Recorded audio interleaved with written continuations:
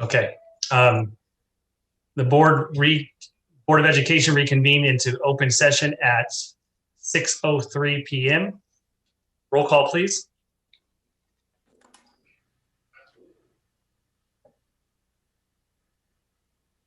Mrs. Smith present. Marcia Locke present.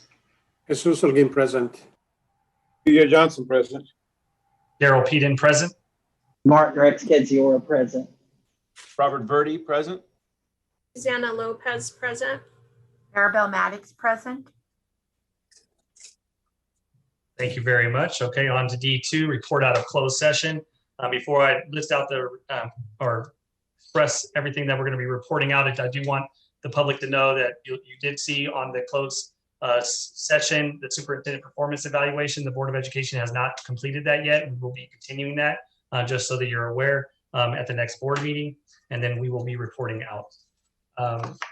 The Board of Education, we also met in closed session to discuss board deliberation regarding public employee appointment, public employee discipline, dismissal, release, non-reelects, conference with labor negotiator, conference with legal counsel, existing litigation, conference with legal counsel, anticipated litigation, settlement of claims, and superintendent evaluation.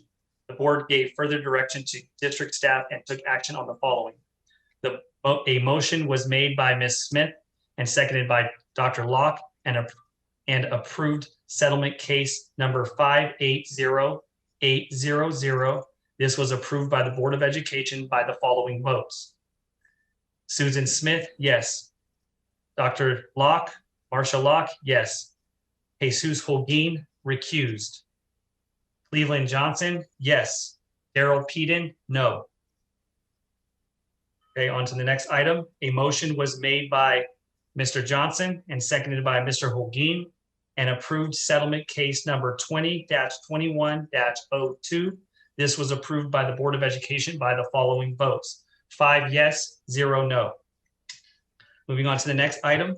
A motion was made by Mr. Holguin and seconded by Ms. Smith and approved the notice of intent to dismiss and statement of charges for classified employee number 200849.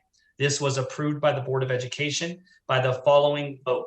Susan Smith, yes. Dr. Marcia Locke, yes. Jesus Holguin, yes. Cleveland Johnson, yes. Daryl Peden, yes. Also, it's important that we pull the consent agenda, and we'll state this when we get into the consent calendar. The consent agenda item G4A1 for a separate vote during closed session. For the following item, a motion was made by Dr. Locke and seconded by Ms. Smith and approved the Director 3 of Wellness and Community Outreach, Nautica Neal. This was approved by the Board of Education by the following votes. 5 yes, 0 no.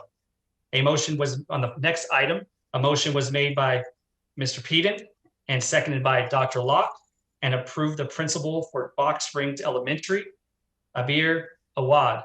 This was approved by the Board of Education by the following vote. 5 yes, 0 no. On the following item, a motion was made by Ms. Smith and seconded by Mr. Johnson and approved the principal for Creekside Elementary, Dr. Jaime Zepeda. This was approved by the Board of Education by the following votes. 5 yes, 0 no. A motion was made by Mr. Johnson and seconded by Ms. Smith and approved the principal for Ramona Elementary, Michael McNutt. This was approved by the Board of Education by the following vote. 5 yes, 0 no. On the next item, a motion was made by Mr. Holguin and seconded by Mr. Johnson and approved elementary principal, Dr. Celine Amancio. Location to be determined. This was approved by the Board of Education by the following vote. 5 yes, 0 no. On the next item, a motion was made by Mr. Holguin and seconded by Mr. Johnson and approved the facility and events manager, Toby Boucher. This was approved by the Board of Education by the following vote. 5 yes, 0 no. Dr. Verdi, can you please introduce the employees? Thank you so much, Mr. Peden. I get to do the honors of introducing the board and our community to these wonderful employees, some of whom have been with us for a number of years and will be serving the district in a new capacity. First, as you mentioned, we have a new director of wellness and community outreach, and it's someone we're very familiar with. She has served as a wonderful principal at Creekside Elementary, and we look forward to her in this new role, and that is Nautica Neal. Ms. Neal, if you'd like to say a few words to the board and to our superintendent.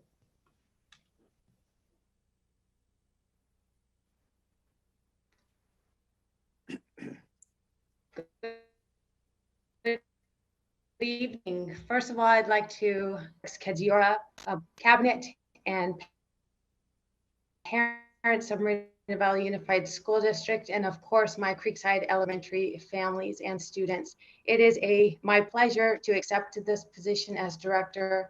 I have loved being principal of Creekside to get a wonderful education and supporting my teachers. But I also am very thankful for the opportunities to continue to serve more families in my new position. Thank you.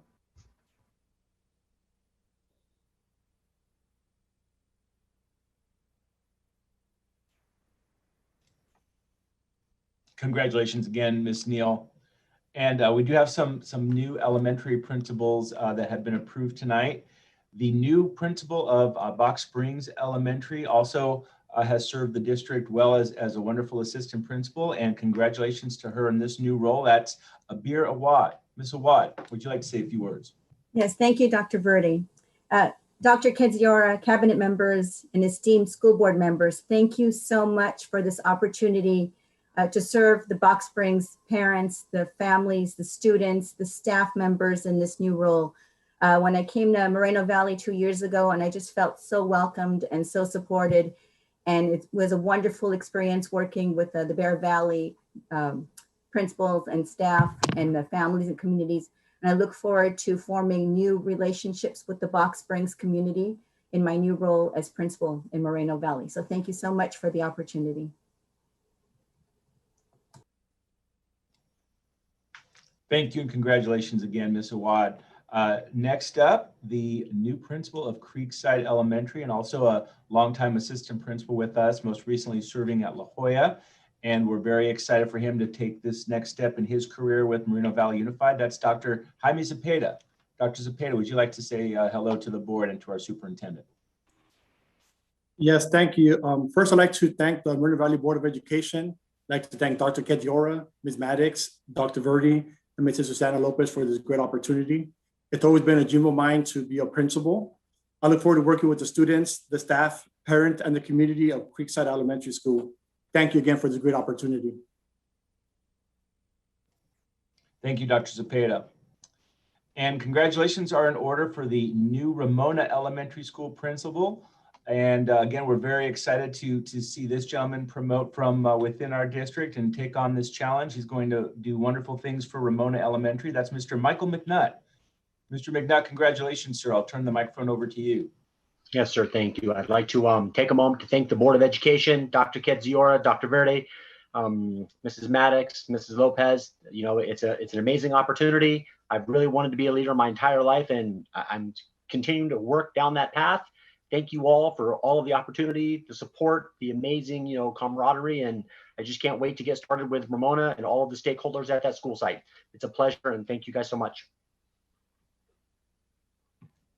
Congratulations again, Mr. McNutt. I also have the honors of introducing two new members to the Moreno Valley Unified family. Our newest elementary principal that has just been approved tonight comes with some great experience, is going to be a wonderful asset to our leadership team. Dr. Celine Amancio. Dr. Amancio, congratulations and welcome to the school district. Would you like to say a few words? Yes, thank you very much. I am honored to start a new journey at Moreno Valley Unified School District, and I would like to thank Dr. Kedziora, cabinet, and school board members for giving me the opportunity to be part of this beautiful community. I really look forward to working with all of you this year, so thank you again.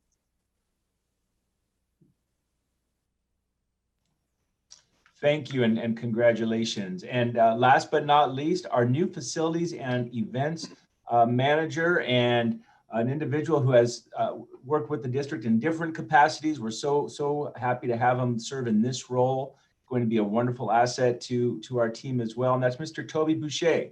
Mr. Boucher, congratulations, sir, and welcome aboard. Thank you, Dr. Verdi. Thank you, Dr. Kedziora and board for this amazing honor to return home to Moreno Valley High School, my alma mater, and to the district that I love and our foundation has supported for the last 2.5 years. I'm overjoyed at the trust that you have shown me to take on this inaugural position and to lead the district through our facilities and events and to take on the new performing arts complex at Moreno Valley High School. Thank you again, Mr. Boucher, and congratulations. Mr. Peden, that concludes all of my introductions for this evening. Thank you. Thank you, Dr. Verde. And just to all of you, thank you for your willingness to serve. We're fortunate and honored to have your presence and your service here in Moreno Valley. So thank you for all that you do for our children and our students and our families, community, etc. All right, now we are on to item E1, which is our Pledge of Allegiance. The Pledge of Allegiance will be led by Alexander Ramos, a student intern and class of 2020 alumni from Vista del Lago High School.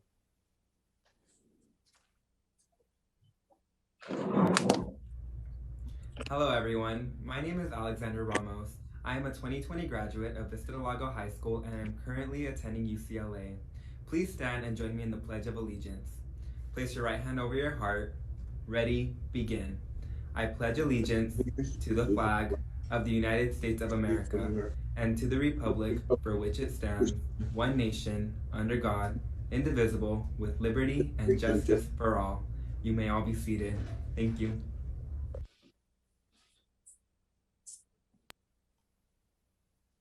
Thank you, Mr. Ramos. All right, on to E2, dates of future board meetings. It's important that we acknowledge these board meetings. So we have July 20th, we have a regular meeting, a closed session starting at 4, open session starting at 6. We have August 3rd, we have a regular meeting as well. September 14th, also a regular meeting.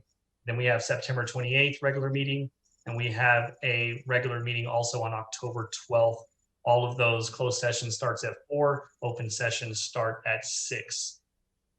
Now we are on to E3, Superintendent's Report. Dr. Kedziora.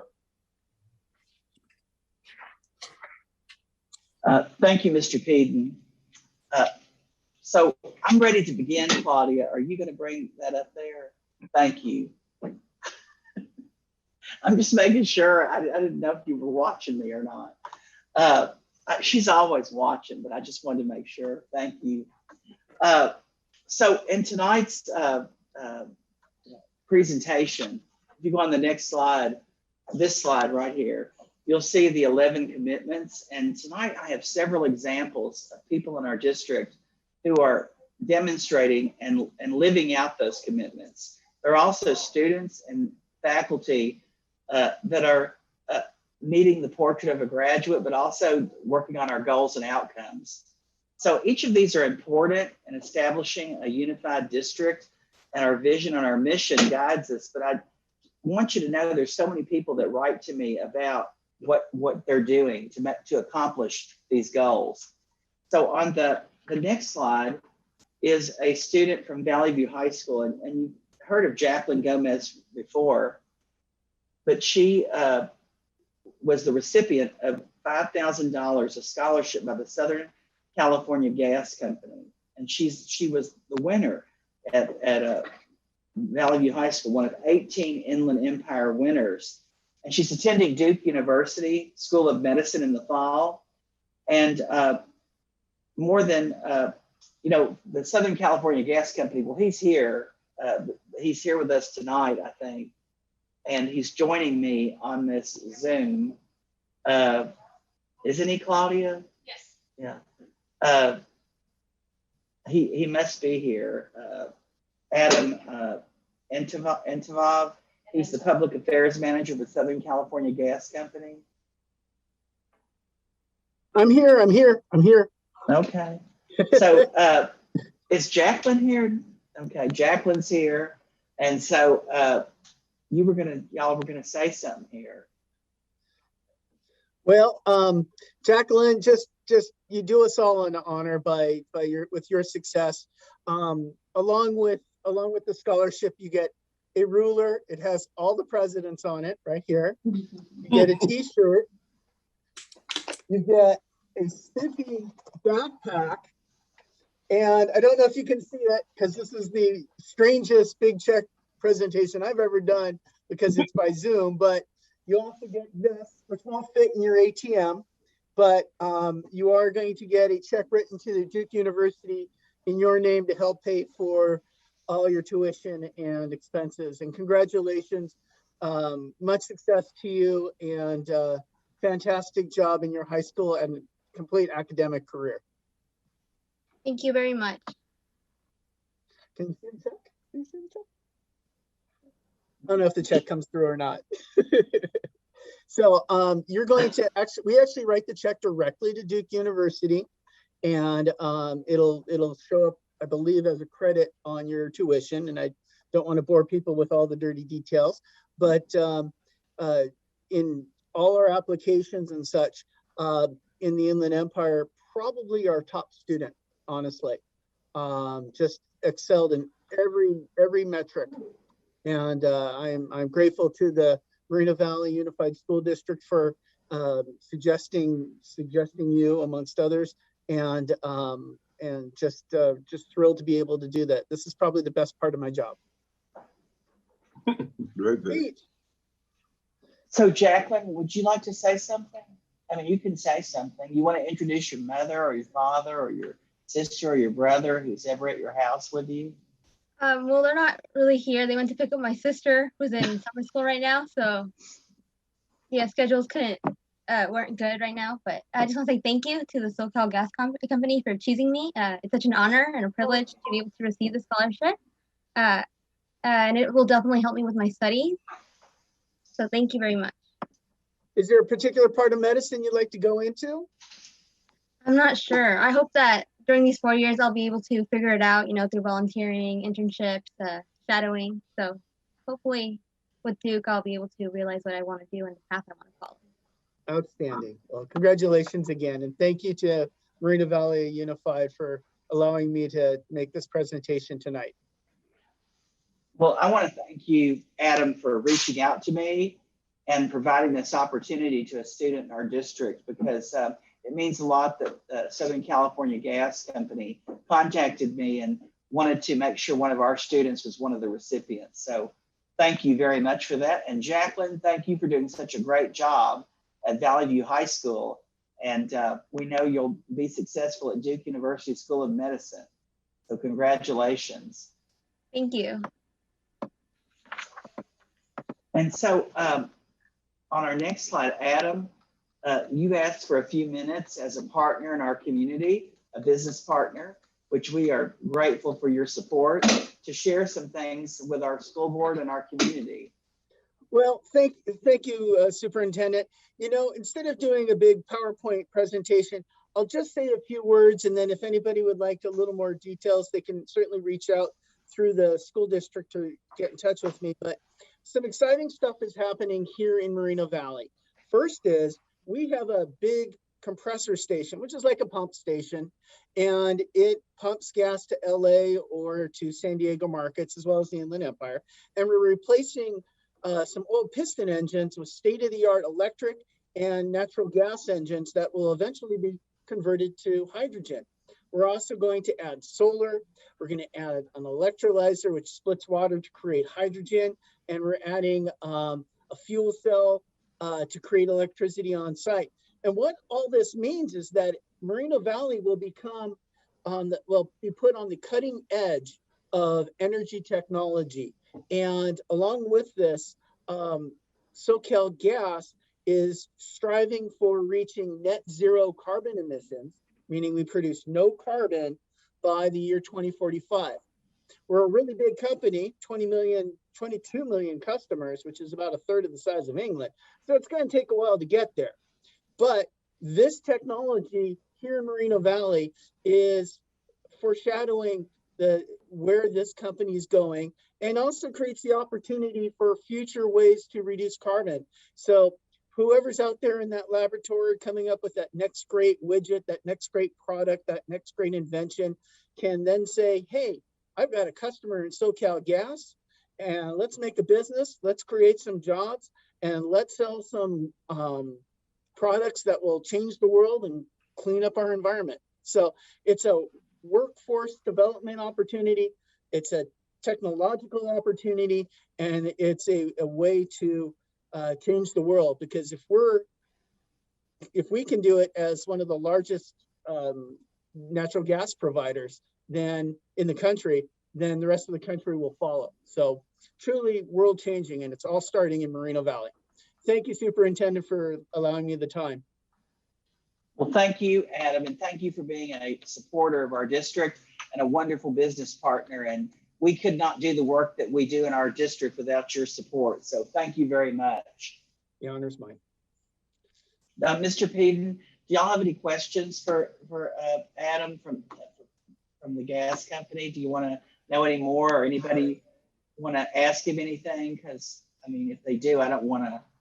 No, absolutely. I'll definitely open up to the board. I don't specifically have any questions. I'm just, I think it's great that we're working towards zero emissions and making sure that we're cleaning up our environment and caring about climate change. So I'm just grateful that you all are working towards that and making that happen. So that's a great big deal. Does any of the board members have any comments or questions? Mr. Johnson? Well, I'd just like to just thank him too for looking at all the students in the area, but more especially the one right here in Moreno Valley. We really appreciate people, as far as his company is concerned, coming out and doing things for the community, and then selecting one of our young people who's going to reap some benefits and then bring all of that talent back to our community. We're hoping that, and going to be a vital part of Moreno Valley in the years to come. But it's going to all be started with people like the SoCal Gas Company. And so we really appreciate you. Thank you so much for being here. Thank you. Yeah, and let me just jump back in. Of course, yes, thank you for the scholarship that you provided to our students and the opportunities that you're providing them for their future. That's just phenomenal work. So thank you again, Adam. As I said, if any of the trustees or anybody would like a much more in-depth presentation, have PowerPoint will travel, and it is a little longer than 5 minutes. Absolutely. Thank you so much. Thank you, Mr. Peden. So we'll move to the next slide, and this is one of our students, Alexandra Hernandez Torres, who exemplifies the portrait of a graduate in the area of creativity. Mrs. Johnson is the principal, and I want you to know she attends Valley View High School, which just was named an exemplary school for the arts, and she truly represents that. She received second place for Mark Takano's Congressional Art Show in 2021, and Alexandra's work will be printed, framed, and displayed in the Capitol. That's, the Capitol, Washington, D.C., and or is it Sacramento? I think maybe it is Washington, D.C. Yeah, the exhibit is in Washington and will include artwork from other contest winners nationwide. And look, she's right here from Moreno Valley. Is she on tonight, Claudia? Oh, okay. Well, congratulations, Alexandra. And we're very proud of the students and all of our schools, but all of the work they do. Look at that. They're going to be in the Capitol of the United States. Isn't that impressive, everybody? Very much so. Yeah. So then our leaders, they continue to learn. And one of our leaders that Board of Education, you just promoted to be the principal of Vista del Lago High School. We always start with our why, continue to reflect on why we're an educator. We know what we do, but why we do it is so much more important. We want to congratulate Dr. Dana Dunhams for receiving her Doctor of Education degree from Azusa Pacific University. She defended her dissertation last week and was recently named Dr. Dunhams. And so a new title for her and a new school year and a new position. So we're very proud of her. Congratulations, Dr. Dunhams. And then I wanted to tell everyone how proud we are of our purchasing department. I don't know if everybody knows, but if you see those pictures there, that's vans full of stuff. And sometimes everybody has to help out and pitch in. And so one of our 11 commitments is to be successful and collaborative. That's commitment number 5. And the purchasing department bands together to solve problems, but to make sure things get delivered to our schools. And I want to thank Tanisha Grattan, who's the director of purchasing, for her support and what she does with a very small but mighty team to get things done within our district. You may all not know this, but with all the new funding, we didn't add a lot of new people, but all that money has to be spent, and it has to be delivered, and it has to be bought and purchased. And this is the team that does that. And they just continued to shine brighter with excellence on purpose. So we're proud of them. And then this next group is our transportation team, another group of people who intend to be successful and collaborative under the leadership of Jim Burleson. And I want you to know, it's difficult to say all the wonderful things that they've done to be entrepreneurial, but during this pandemic, they have been being professionally developed and attending sessions on energizing and enriching their environment. It's a 10-session course intended to inspire, desire, vision, and focus. And this opportunity will help create and maintain a positive energy that enhances the transportation team's life, work, relationships, and ability to best serve our students. And when Mr. Burleson shared this with me, I want you to know that he also pointed out that the technology and innovation and assessment team, how they've worked together, and the professional development team, and just how everyone is working together to make sure that they're being successful and collaborative.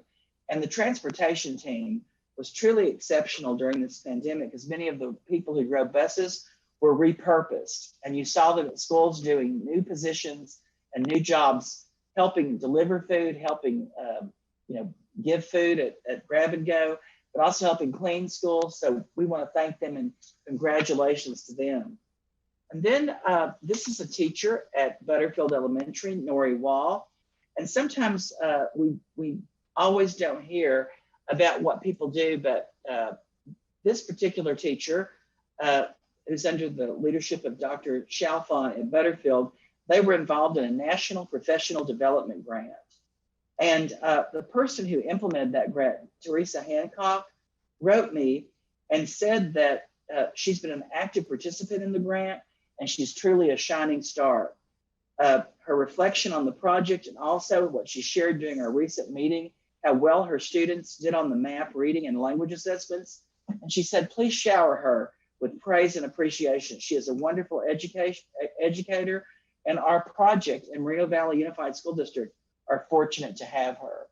So we want to thank you, Nori Wall, for participating actively in this grant and making sure that your students benefited because of the additional professional development that you were involved in. And then one of our commitments is to have fun. And this is Mario Perez. He's the principal at Seneca Elementary School, and you can see he's jumping off the ground into the sky because he was so excited about the end of the school year. But who knew that he had all of that energy and all of that ability to be that cheerful? But we're very, the people there took this picture and said, Dr. Kinzer, you have to recognize him. And then on this next slide, this is from, this is a family that works in our district, where you enhance community through action. It takes a village to raise a child. Band together with your parent group, staff, and students to take ownership of the goals of your community. And Mrs. Willard, Janet Willard, is the secretary at Valley View High School for Mrs. Johnson, the principal. And she said, I want to share a proud moment with you. My youngest daughter, Hope, Valley View High School 2015 top scholar, graduated on Monday with her Master's of Science degree in Education from California Baptist University. Our other two daughters, Tara Willard Kreider, Valley View class of 2009, and Nicole Willard, Valley View class of 2012, also received their master's degrees from California Baptist University in 2018. And is a kindergarten teacher at Ridgecrest Elementary. Tara is currently an English teacher at Valley View High School, and Nicole is a 3rd grade teacher at Towngate. My husband, Dennis, is a gardener 3 in the grounds department and been with the district for 32 years. And I remain the school secretary at Valley View High School. I've been with the district for 33 years. The Willard family is definitely invested in the Moreno Valley Unified School District and our community. We thank the Willard family for continuing to learn, but to also invest in our community and to be present in what we do here. All of them are wonderful teachers and assets to our schools. Thank you and congratulations. And then our July 4th art contest is coming up, and every year we participate in this. Carol Boyne-Held, the Director of Elementary Education, Dr. Sue Buster, the Director of Professional Development, and Renee Rogenaro,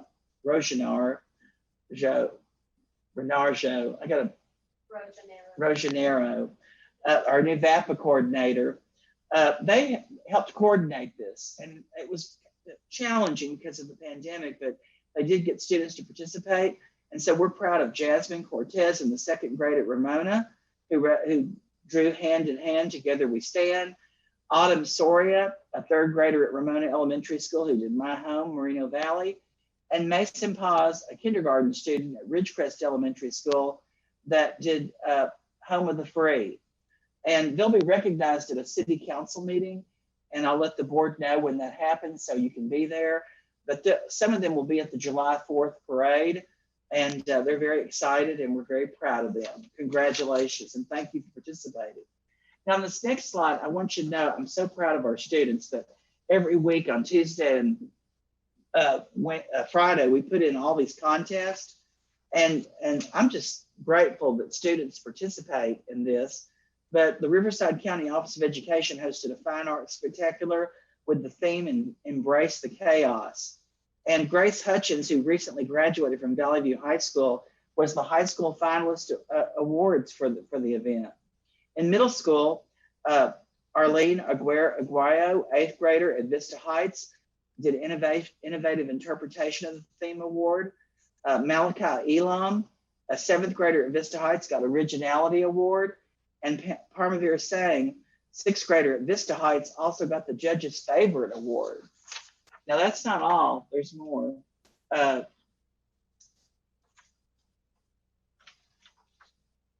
Stephanie Laura Pius, 8th grader at Vista Heights Middle School. These were middle school finalist awards, and all of these came from Vista Heights Middle School. Sophia Gallegos, who's in the 6th grade there, Jason Perez, who's in the 6th grade, and Jonathan Parra, who's in the 7th grade, and Faith Jackson Dotson, who's in 6th grade there. Congratulations to all of these students for participating in this contest and this event.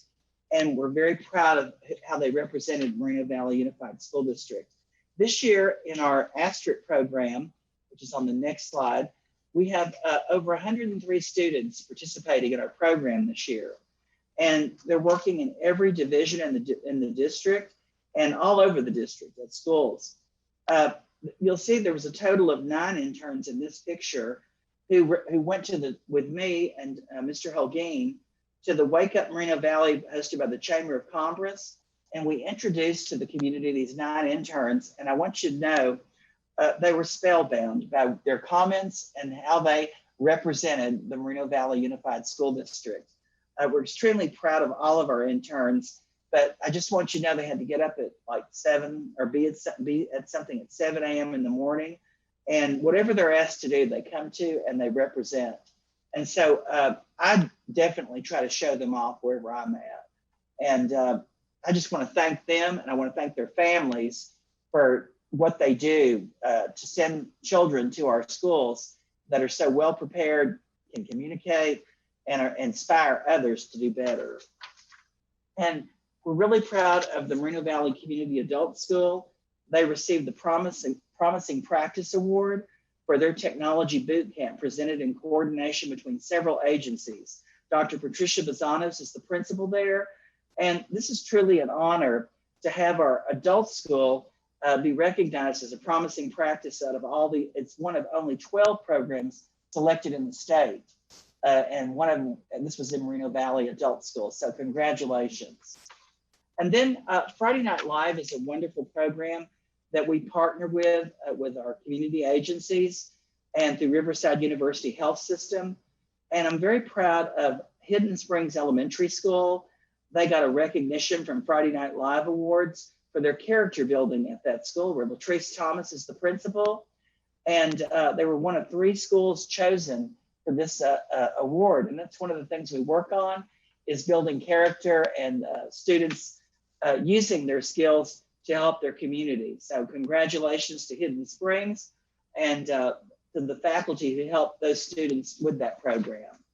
And then this was really, I think you've seen this before, but Landmark Middle School was recently recognized by Parker Gentry, the CEO of Skillstruck.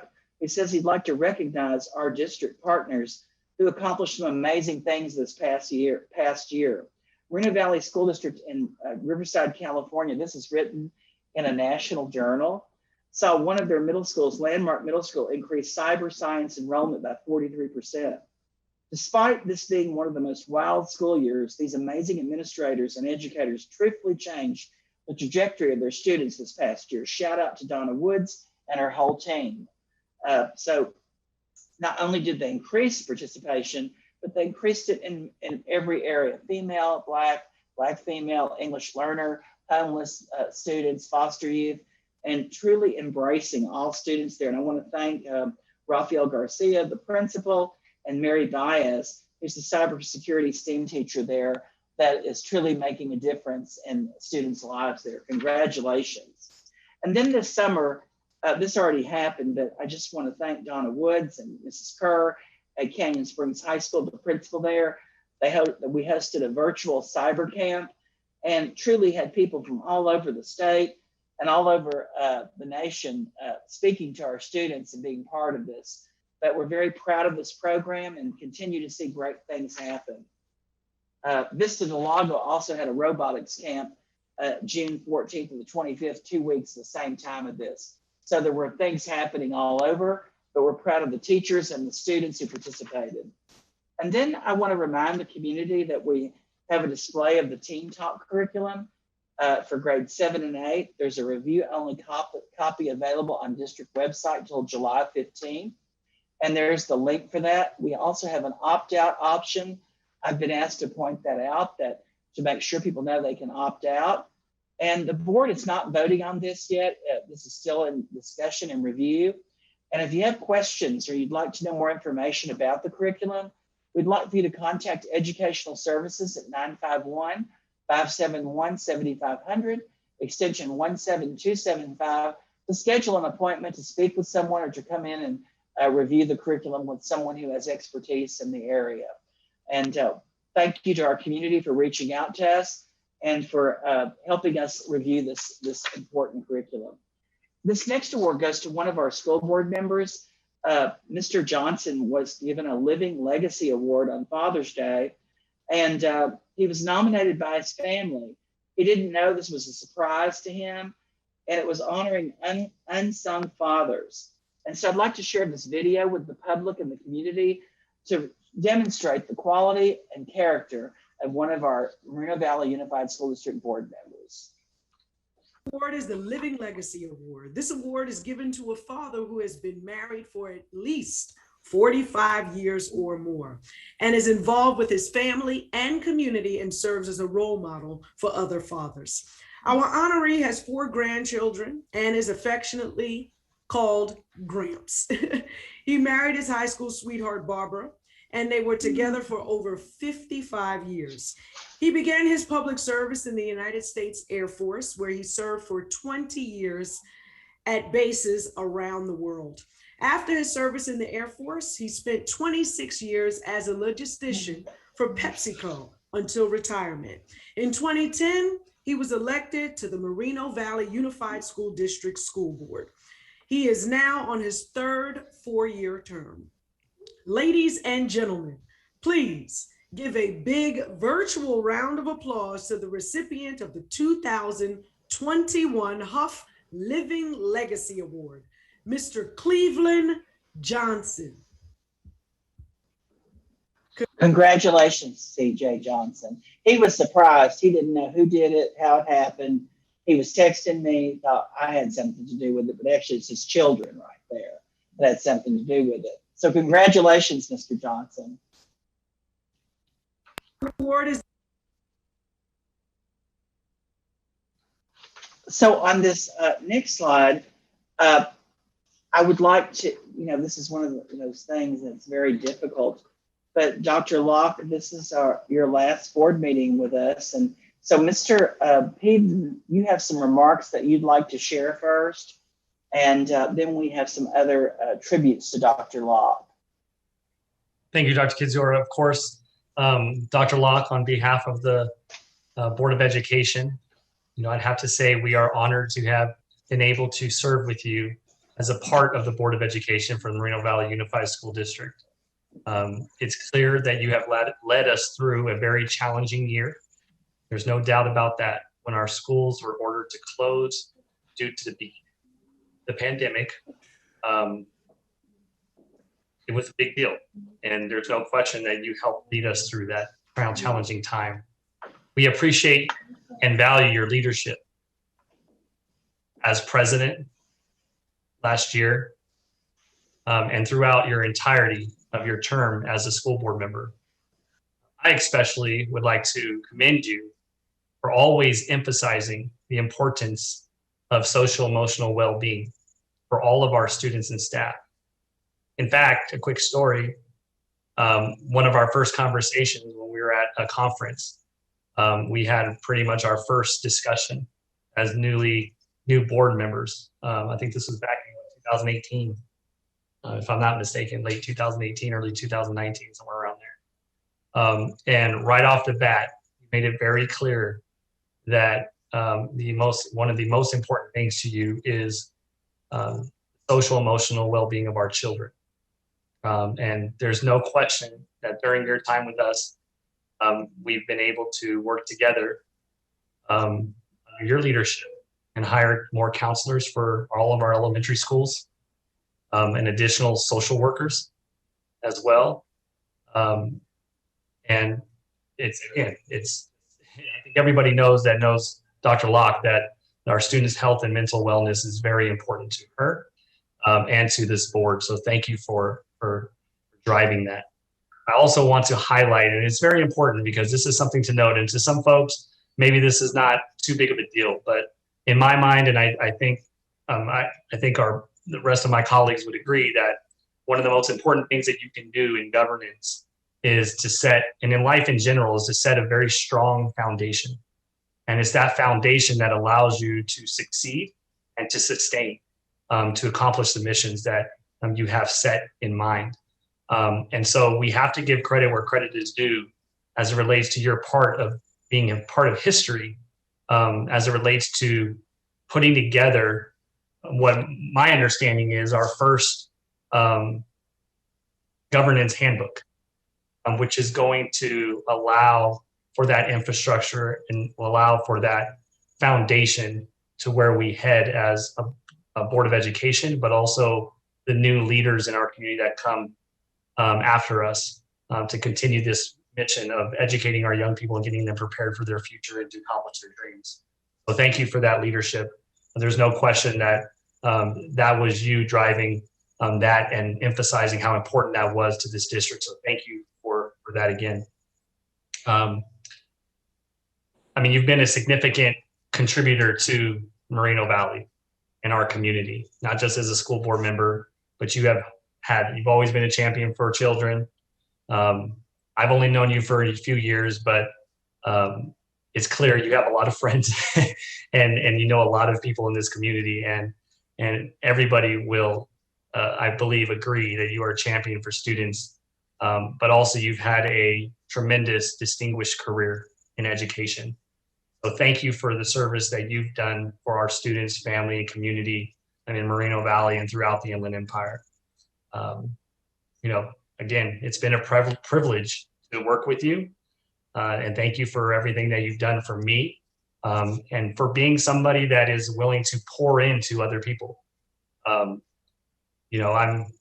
have a lot less experience than my colleagues on the Board of Education, and you've never been shy about making sure that you pour into someone like myself to help me become better. So I would just want to personally thank you publicly for that and being willing to do that.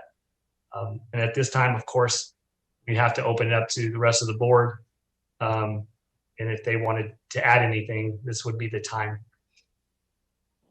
Maybe we just, Mr. Johnson's, he's off mute, so maybe we'll go with Mr. Johnson.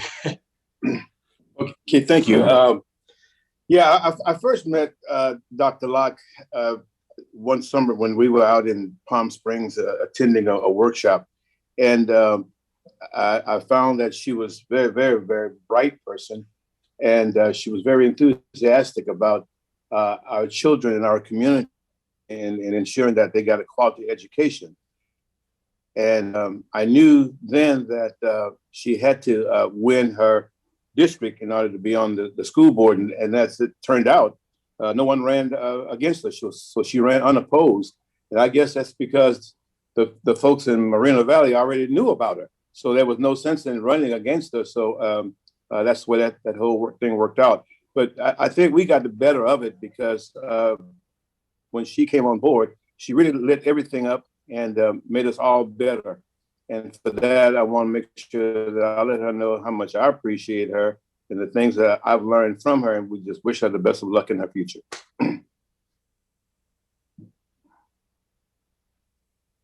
Just jump in, y'all. You want me to call on you? Well, you called on me, so get the. I did. Okay. Ms. Smith?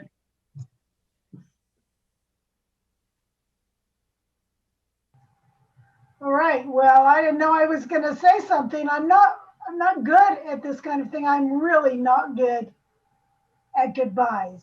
So I'd like to say that I have enjoyed so much working with Marshall Locke this last few years.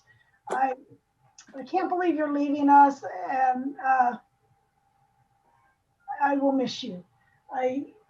Your enthusiasm, your breadth of knowledge has been unmatched among members of the school board. You have been involved in education for so long and are so knowledgeable that you know things that nobody else knows. And that knowledge has been such a support for the school board and for our district.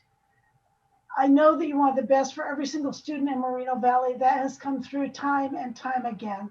So I'd like to say thank you. Thank you for being here. Thank you for being with me, and you will be missed. Thank you, Ms. Smith and Mr. Ween. Thank you, Mr. Pete, and Dr. Locke, thank you so much for working with us, and thank you for giving us, or at least giving me the honor of working with you for the last 2-3 years or so. But I know that you have a tremendous career in education, working in special ed and working on different positions in 2 or 3 different districts, I believe, 3 different agencies. And obviously, when you came to the board, you brought a lot of great ideas, a lot of great suggestions, and a lot of great comments. And you were firm when you brought your ideas, and you made us switch in some areas because the ideas that you brought were just great, and we just could not ignore those. So I truly appreciate you dedicating this time to serve on the board. It's not an easy position, but you did well from day one all the way through today, and you still have a couple of days. So you're not gone yet. You still have a couple of days. So I'm sure I'm going to hear more from you within the next 72 hours or so before you leave. And I just truly appreciate your service because you serve the students, you serve the community as a whole, and you taught me a lot.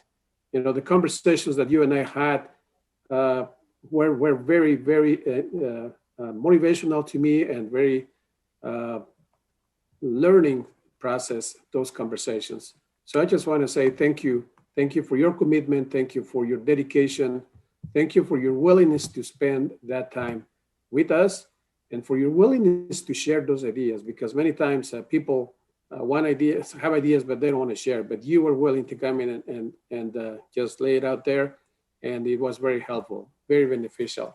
So, I just cannot say it enough. Thank you so much for your service. And I wish you the best and the next step. whatever you do, well, I think we know what you're going to do. So enjoy the time, enjoy every minute of it. You deserve having a great time from this point forward. So thank you again, Dr. Locke. Dr. Locke, you're still a board member, so I think you're up next. Up next. Wow, you guys, I didn't expect this. You know, I told you not to make me cry. You know, you give me a lot of credit, you know, but it takes all of us working together. And, you know, I want to thank you from the bottom of my heart for the kind remarks. You know, it's been an honor to serve on, you know, the Board of Education. And as you've heard me say many, many times, I believe we have the best employees in the state. I mean, very seldom do you see management, classified, certificated unions working so collaboratively to do what's best for our students. I think that helps us as a board do our jobs, you know, better. You know, and I want to acknowledge and thank, you know, everyone for that. And, you know, as a longtime educator, you know, I said long time, that comes to do with, you know, me making the decision to do something different. But serving on the board has been a very different experience, and it's one that I found very rewarding. I was on the other side of the school board for so many years, actually being part of that process. You know, like I said, you know, it was a learning experience for me and a very rewarding one. You know, my goal for being on the board, and I really hope that I achieved it, was to serve the district and the community that I love, and I wanted to be of value. But I couldn't be of value unless I, you know, had all of you working together as a team. And as we all know, there is no district in the country that has a more dedicated, passionate superintendent, or I say involved Board of Education and dedicated employees. You know, I am so proud of our district and the Moreno Valley community. You know, my heart will always be here. You know, I love this area. You know, I love education. I'll still be involved in education. Once you're in it, you know, you never mentally leave it. But I want to thank all of you for accepting me, and you welcomed me into being part of the team. So I just want to say thank you, and thank you for allowing me an opportunity to serve. But anything that, and giving me credit, that the credit really isn't mine, it's all of us. You know, we came together as a true collaborative team, and with great leadership of our superintendent, our cabinet, our employees. So again, thank you, everyone. Thank you for this. I mean, yeah, but that's all I can say is thank you, and I feel very humbled by it.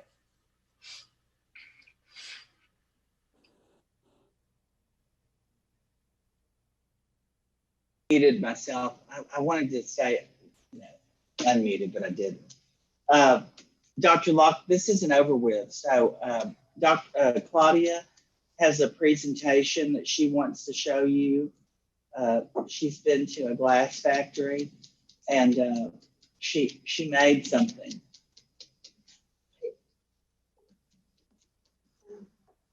Is she gonna be able to see it? Okay.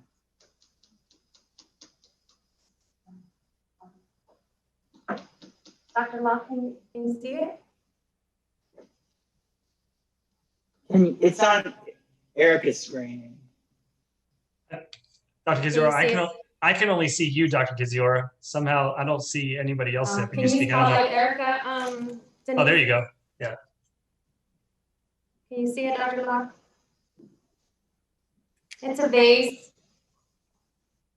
I have to unmute myself. Thank you. It's gorgeous. Oh my goodness. Oh, thank you. Do you want to read what it says on it? Yes. Do it without crying.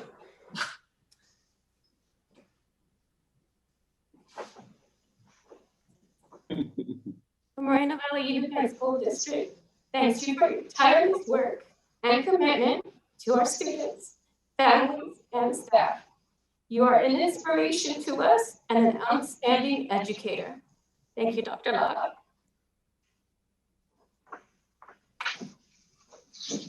So Dr. Locke, we involved the interns in this. And so two of our student interns made this video for you.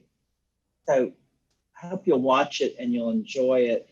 And it was easy to do because you've been so many places. You've got so many photos of you doing so many different things that they had an easy time putting it together.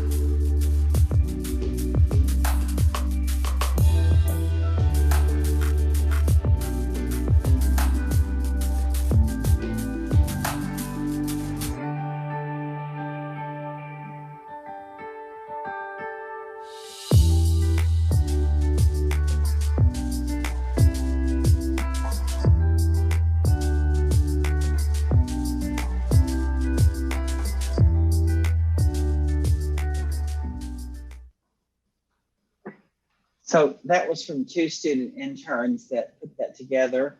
And then this next, this is, you know, you're probably wondering how much is there, but this is the last thing. So I don't want you to, you know, everybody to worry, you know, but we couldn't do enough for you. And we didn't want to do it at the end of the board meeting because we didn't know if we'd make it to the end without a vote. So we did it now. So I worked with Mr. Peden. If you want to blame somebody, you can blame him too. So thank you, Mr. Peden, for helping me get this together. So this last video is 2 of our interns singing a song to you that I hope that you'll take the link and always treasure.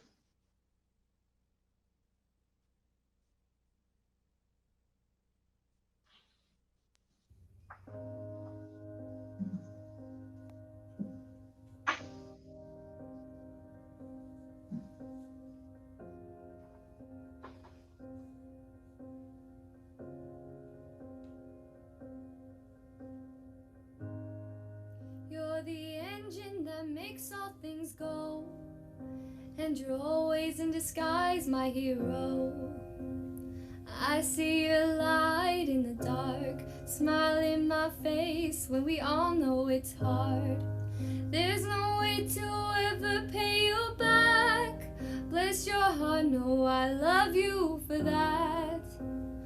Honest and selfless, I don't know if this helps it, but good job, you're doing a good job, good job.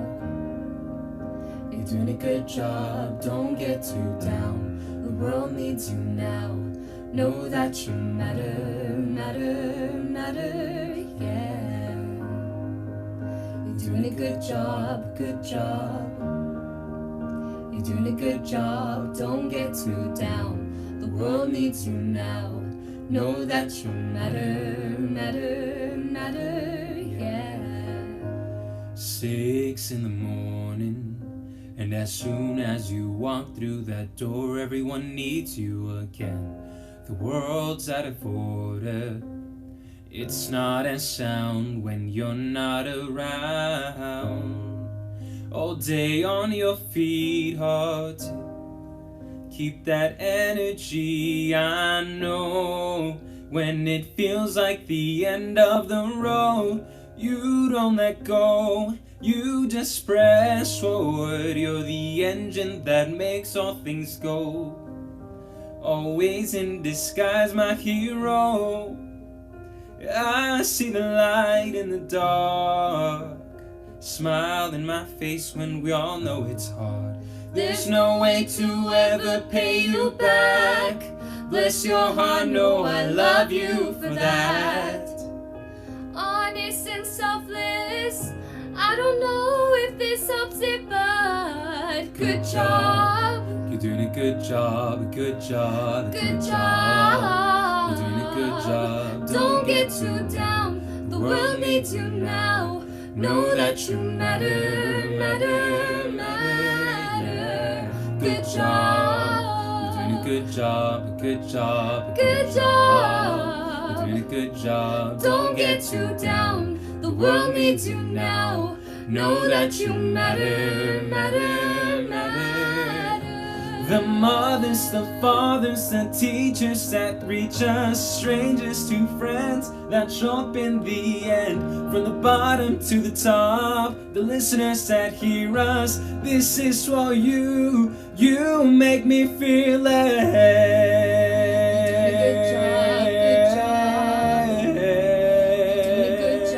Don't get too down. The world needs you now.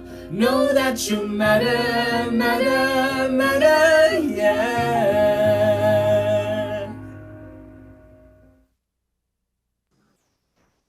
Good job, Dr. Law. Thank you.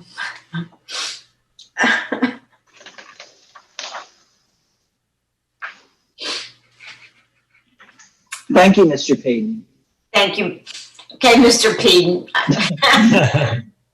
But Well, thank you for everybody that put that together for Dr. Locke. You really mean a lot to us, Dr. Locke. Thank you. At this time, why don't we take a quick, let's do a 10-minute break, and then we'll come back. So right now we're at 7:04 p.m. We'll return at 7, let's say 7, I don't know, 15 or so. 7:15 we'll return. All right, see you guys at 7:15.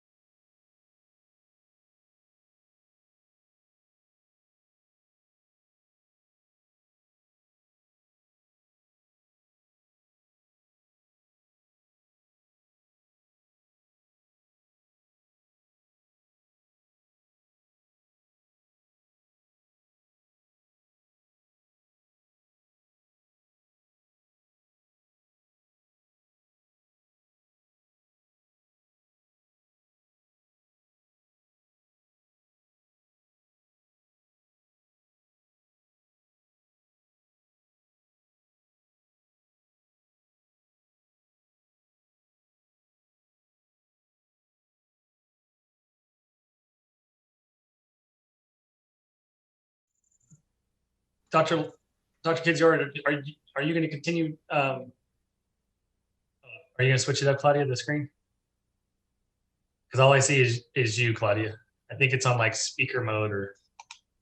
Oh, that's me. Never mind. I did that. That's not on your end. Aaron, you were scaring me, Mr. Peden. I'm like, what? I didn't do anything. I didn't even know I clicked it. I don't know how that happened. Mr. Johnson? Yes, ma'am. There you are. Thank you, sir. Can you turn on your video? Okay, I am now.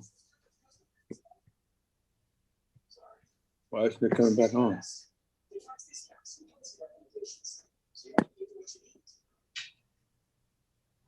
You cannot start. Yeah, Claudia, it says it can't start your video because the host stopped it. You have to do it. The host is taking care of it right now, Dr. Locke. Okay, yeah.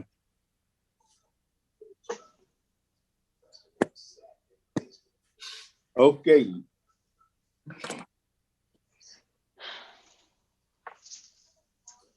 Okay. There she go. There you go. Yeah. Now, Before we announce we're back, Dr. Locke, you ready to go? yeah. Thank you, guys. I mean, I told you not to make me cry, but Dr. Locke, do you need another handkerchief? I have a spare one here. I went and got some, Mr. Johnson. Thank you. All right, y'all. Remember, this is Dr. Locke's last board meeting. Let's make it a special one. Mr. Peden, you've heard about payback, haven't you? Oh, that's right. All right. I will announce we are back from our break. It's 7:17 p.m. We are now on E4, staff responses to public comments made at previous meetings. Dr. Kidziora. Mr. Peden, there are none. All right, look at that. Okay, moving on to E5, public comments on agenda items. Dr. Locke, would you like to read this long narrative? I'm kidding. Okay, I'm just in the playful. Okay, I'll stop. All right. Any person requesting to speak to any item on the agenda may do so at this time or when the item is addressed by the Board of Education. Individual speakers shall be allowed to speak for 3 minutes on any agenda item. The Board of Education shall limit the total time for public input on each agenda item to 21 minutes. Board Bylaw 9323B, Section 5. Per Board Bylaw 9323, twice the allotted time will be provided to a member of the public utilizing a translator. Claudia, do we have any public comments on agenda items? No public comments on agenda items. Thank you, Claudia. Moving on to E6, public comments on non-agenda items. The Board of Education encourages public comments. During this section, staff may briefly respond to statements or questions or may ask questions for clarification. The board may refer to staff or other resources for factual information. Direct staff to report back at a subsequent meeting and or direct staff to place the topic on a future agenda. If someone wants to lodge a complaint against an employee, the appropriate form may be obtained at any school or community education center. Individual speakers shall be allowed to speak for a total of 3 minutes on non-agenda items, regardless of the number of issues to be addressed by the individual. The Board of Education shall limit the total time for public input on non-agenda items to 21 minutes. Per board Bylaw 9323, twice the allotted time will be provided to a member of the public utilizing a translator. With Board of Education consent, the president may increase or decrease the time allowed for public presentation depending on the topic and the numbers of persons wishing to be heard. The president may take a poll of speakers for or against a particular issue and may ask that additional persons speak only if they have something new to add. Board Bylaw 9323 BC, Section 5. Claudia, do we have any public comments on non-agenda items? Mr. Peden, yes, we do have a total of 4. One is an audio recording submitted by a member of the community, and then we got 3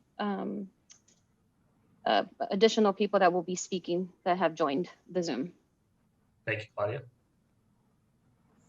So I will start with the community member that submitted an audio. Speaker is Mark Caswell, and there you go. Good evening. I'm calling in tonight to speak out in opposition to the new curriculum that the school board will be voting on July 20th. The name of that curriculum is called Teen Talk. Parents, please understand that this material is part of a broad list of similar and like-minded extremely controversial curriculum called Comprehensive Sexual Education. This material has been promoted by Planned Parenthood, our federal government, and the UN. Comprehensive sex education is highly controversial, rights-based approach to sex education that encompasses a great deal more than just teaching children about sexual intercourse and human reproduction. Developed in the West, primarily in the United States, CSE is now being implemented in most countries around the world. CSE programs seek to change society by changing sexual and gender norms and teaching youth to advocate for their sexual rights. In my opinion, this curriculum fails to emphasize abstinence as the goal while simultaneously normalizing very high-risk behaviors, while totally undermining values and beliefs. Parents, grandparents, please go to stopcse.com and inform yourself. There you'll find videos and lots of important information about why this curriculum does more harm than good. You can also go to another website called sexedreport.org and get a review that states in most cases when this curriculum was taught that it failed to deliver on what it says it's trying to accomplish. On a 2019 re-examining the evidence for comprehensive sex education in schools, the overall key finding was that out of 103 international school-based CSE studies, 60 in the United States and 43 outside of the US, only 6 found evidence of effectiveness, improvement on a protective outcome, abstinence, condom use, pregnancy, or STDs, 12 months after the program for the intended population without other negative effects. Only one of the 6 studies was by an independent evaluator, not the program's developer, and the results have not been replicated. Parents, please know that there is an opt-out clause. So tonight I'm encouraging the board, when you do vote on this on July 20th, I'm asking you to reject this. Parents, inform yourself, speak up, speak out, and let your voices be heard. Thank you. Good night.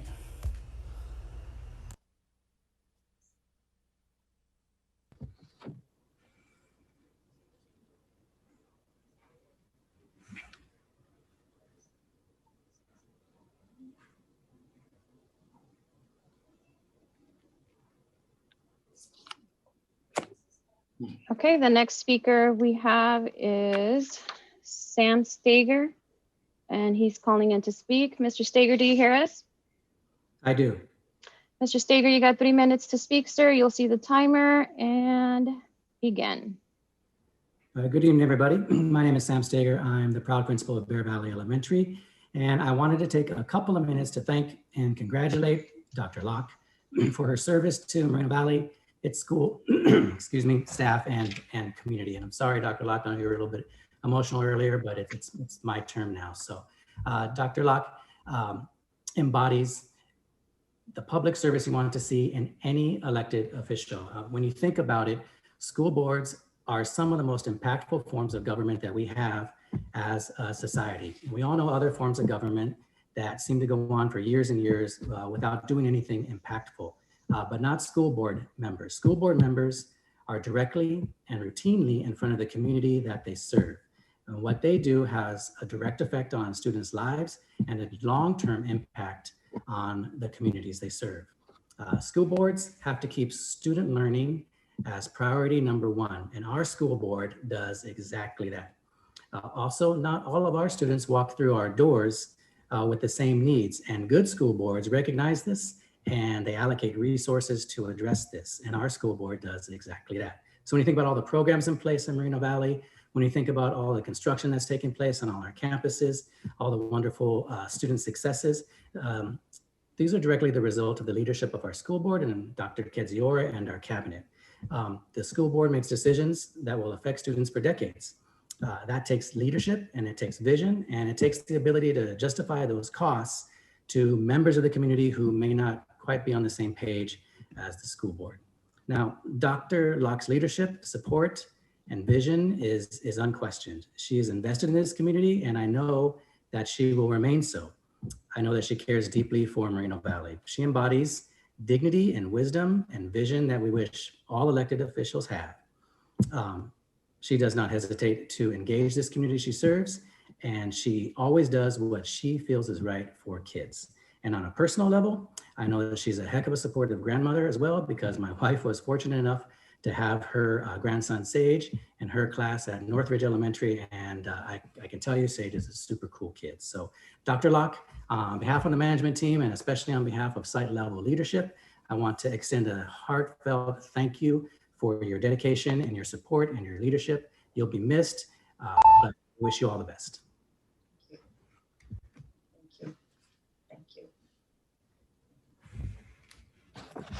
Our next speaker is Connie Pruitt. Ms. Pruitt, are you on the line?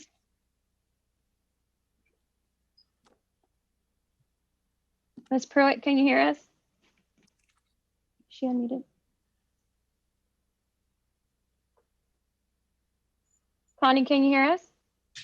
Yes, I hear you. Oh, there you go. Okay. Ms. Connie, you have 3 minutes to speak, ma'am. You'll see the timer on the screen. Ready, begin. Good evening, board, Dr. Kadziora, cabinet, and guests. My name is Connie Pruitt, and I'm the president of MVEA. Well, it's a sad day for Moreno Valley and our district as we have to say goodbye to Dr. Locke. The teachers and the students appreciate all you have done to protect us from this terrible virus. You supported the motion to remain on distance learning back in December for the remainder of the school year. That lessened the anxiety felt by many of our members, students, and parents about coming back to school, and that vote was very much appreciated. We hope that you will remain active in education, as you are a gem, having been in several roles across your career. We will miss you and think of you often. Thank you. Thank you, Ms. Pruitt. Our next speaker is Jolene Neal. Ms. Neal, are you on the line? Yes, I'm here. Awesome. You have 3 minutes to speak, ma'am. You'll see the timer on the screen. Ready, begin. Good evening, board and cabinet. I come to you tonight to say goodbye to Marcia Locke, one of the hardest things I've had to do. Her leadership, her wisdom, her knowledge, her passion have been awesome for our district. And I'm gonna miss you. And I know our chapter is gonna miss you. You've taken their calls, you've responded to the community. I mean, we couldn't have asked for a better board member that came out of the zone area you're from. I thank the zone for selecting you. And I pray they give us the same wisdom and knowledge in the next leadership to represent our board. We couldn't have asked for a better board member in that area, because you didn't just represent your area, you represented everybody. You gave 100% to everyone. And it didn't matter what area they came out of. You took their phone calls, you communicated with them, you heard the call which was needed for our district, and you've respected everybody. Your passion has been one of the greatest respects that I've had. You take the time out for everyone. And I know our chapter is truly going to miss you. And on behalf of the classified employees in this district, we thank you for your service and your leadership and your wisdom and your knowledge. And we are truly going to miss you. And I promise you, I will come see you and join you wherever you are for continued moments that you've blessed our district with.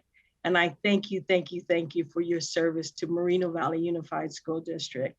Like I said, on behalf of the classified unit, I thank you for the service that you've gifted us with.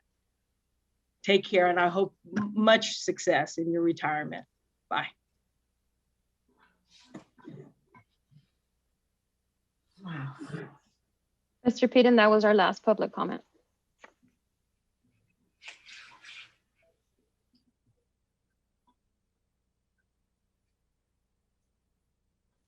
You're muted, Mr. Peden. Yes, I am. Let's try that again. All right, we're on F1, public hearing, special education 2021-2022 annual budget plan and annual service plan. Ms. Maddox. Good evening. This is the public hearing for the special ed comprehensive local plan. I'd like to give you a little bit of information. Starting July 1st, 2020, the CDE approved a new template that has to be reviewed at least once every 3 years.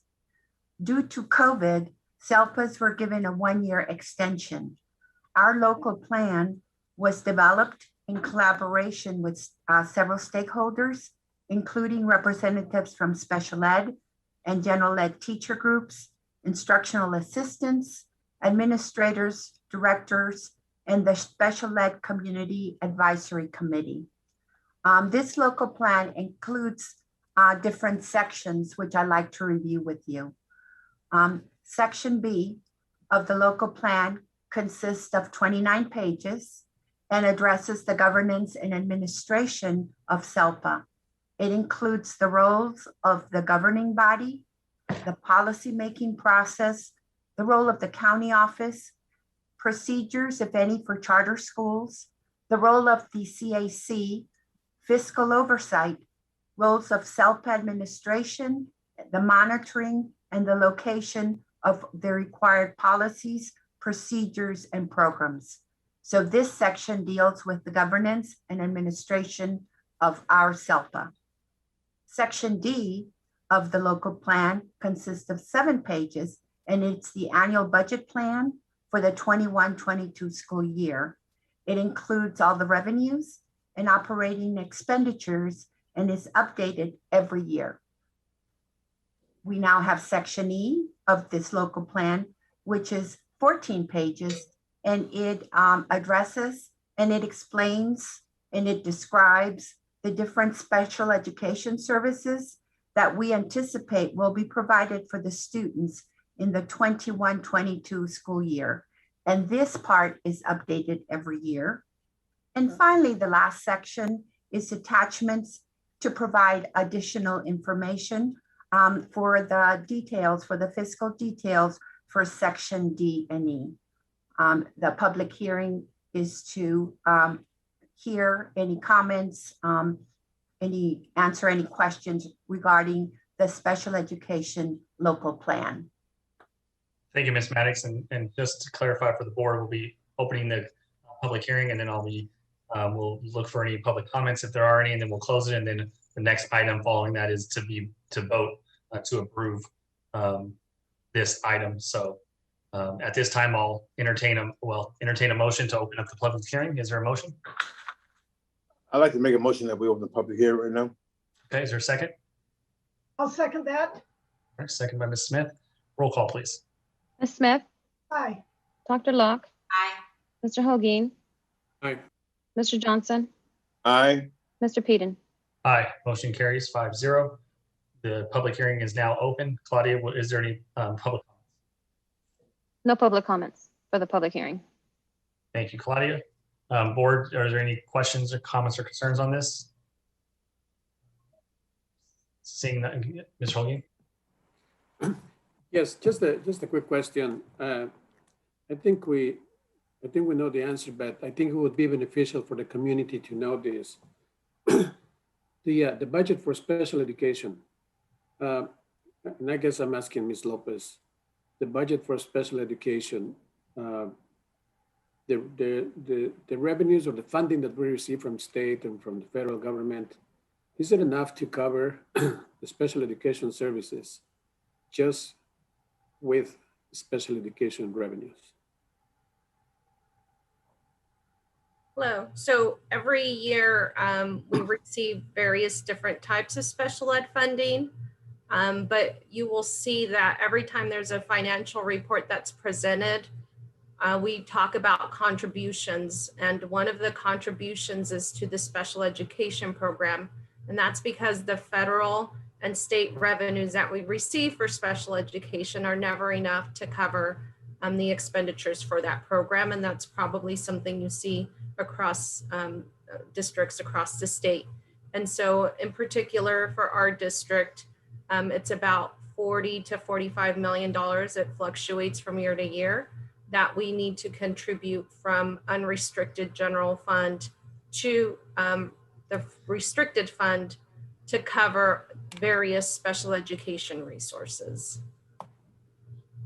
Thank you, Ms. Lopez. And that was the point that I was trying to make, that every year there is an encroachment on the general fund because the special education budget is not funded properly, especially by the federal sources. And we are still not liable, but we're still obligated to provide the services through special education programs. So every year, again, that encroachment infringes in the general fund and monies that could be used for other programs within the school district. But of course, we're never going to stop providing those services in special education area. But I think we can continue advocating in our district and the region and in the state and everywhere else so that the federal government sometime in the future provides that whole funding for special education that it is so needed. It's been promised for years and years and years, ever since I can remember working in education, has been short and continues being short. And promises are made year after year after year, and these promises are never made. So I just wanted to make that point that this district continues providing the services, even when there is an encroachment of $45 or so million to the general fund. Thank you, Ms. Lopez. Thank you, Mr. Beaton. Thank you. All right, at this time, I'll entertain a motion to close the public hearing. I'd like to make a motion that we close the public hearing. All right, motion by Mr. Johnson. Is there a second? I'll second. Second by Dr. Locke. Roll call, please. Ms. Smith, Aye. Dr. Locke, Aye. Mr. Holguin, Aye. Mr. Johnson, Aye. Mr. Peden. Aye, motion carries 5-0. All right, now we are on to F2, which is to approve adoption of the Special Education 2021-2022 Annual Budget Plan and Annual Service Plan. I don't know, Ms. Maddox, if you have anything else to add. I think, go ahead. Yeah, I would like to request board approval for the comprehensive special education plan as was described in the different sections. Thank you, Ms. Maddox. And board, is there anything else to add regarding questions or comments or concerns? Mr. Holguin, earlier, thank you for that insight. And Ms. Lopez, absolutely thank you for giving us some insight regarding our budget on that as well. Any other questions, comments, or concerns? All right, seeing none. At this time, I will ask for a motion to approve the Special Education 2021-2022 Annual Budget Plan and Annual Service Plan as presented. Is there a motion? So moved. Moved by Mr. Holguin. Is there a second? I second. Second by Dr. Locke. Roll call, please. Ms. Smith, Aye. Dr. Locke, Aye. Mr. Holguin, Aye. Mr. Johnson, Aye. Mr. Peden. Aye. Motion carries 5-0. All right, now we are on to the consent agenda. Item G. I'd like to make sure it's clear that we hold the consent agenda item G for A1 for a separate vote during our closed session. So therefore, we'll be looking for a motion to approve the consent agenda as amended. Mr. Peden. Yes, sir. Peden, if I may, I would like to have a separate vote on item G4C. G4C, absolutely, we can do that. Thank you. Okay. All right, let's vote on that item first, and then we'll come back to the amended consent calendar. I'm sorry, what is G4C? Yeah, I don't know. I've got to look. So run past that.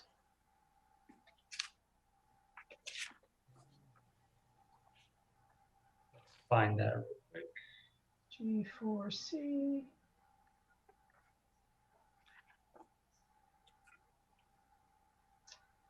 It's under human resources. and it's a classified personnel report. Okay.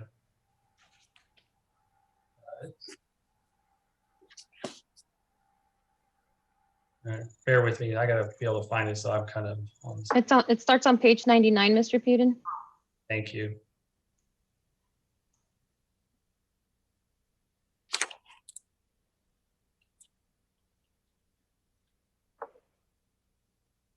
Okay. All right, so the classified personnel report, Mr. Olguin, that's what you mentioned? Yes, sir. Is that the appropriate way to identify it? That is the way it's being labeled. Okay. But this time I'll entertain a motion, unless there's questions or comments, to pull for a separate vote. Well, we don't need a motion for that, but we'll look for a motion to approve the classified personnel report. I move that we approve the classified personnel report G4C. Okay, there's a motion. Is there a second? I'll second it. Okay, second by Mr. Johnson. Roll call, please. Ms. Smith, Aye. Dr. Locke, Aye. Mr. Holguin, Abstain. Mr. Johnson, Aye. Mr. Peden. Aye. Motion carries 4 yes, 1 abstention. Okay, moving back to the consent calendar. Bear with me. I think you're on page Yes. 42. Thank you, Mr. Johnson. All right, we're back to the consent agenda. At this time, we'll entertain a motion to approve the consent agenda as amended, with the classified personnel report removed, as well as the item G4A1. Is there a motion to approve the consent agenda as amended? So moved. And there's a motion on the table by Mr. Olguin. Is there a second? I'll second it. Second by Ms. Smith. Roll call, please. Ms. Smith, Aye. Dr. Locke, Aye. Mr. Holguin, Aye. Mr. Johnson, Aye. Mr. Peden. Aye. Motion carries 5-0. All right, moving on to our favorite time of the evening. Mr. Dr. Kidzior, excuse me, your discussion on school COVID-19 updates and in-person learning. Thank you, Mr. Hayden. So I just want to remind the public and our employees that we are planning to reopen on August 11th, fully in person. So I keep getting asked at Claudia, do you know why I'm echoing?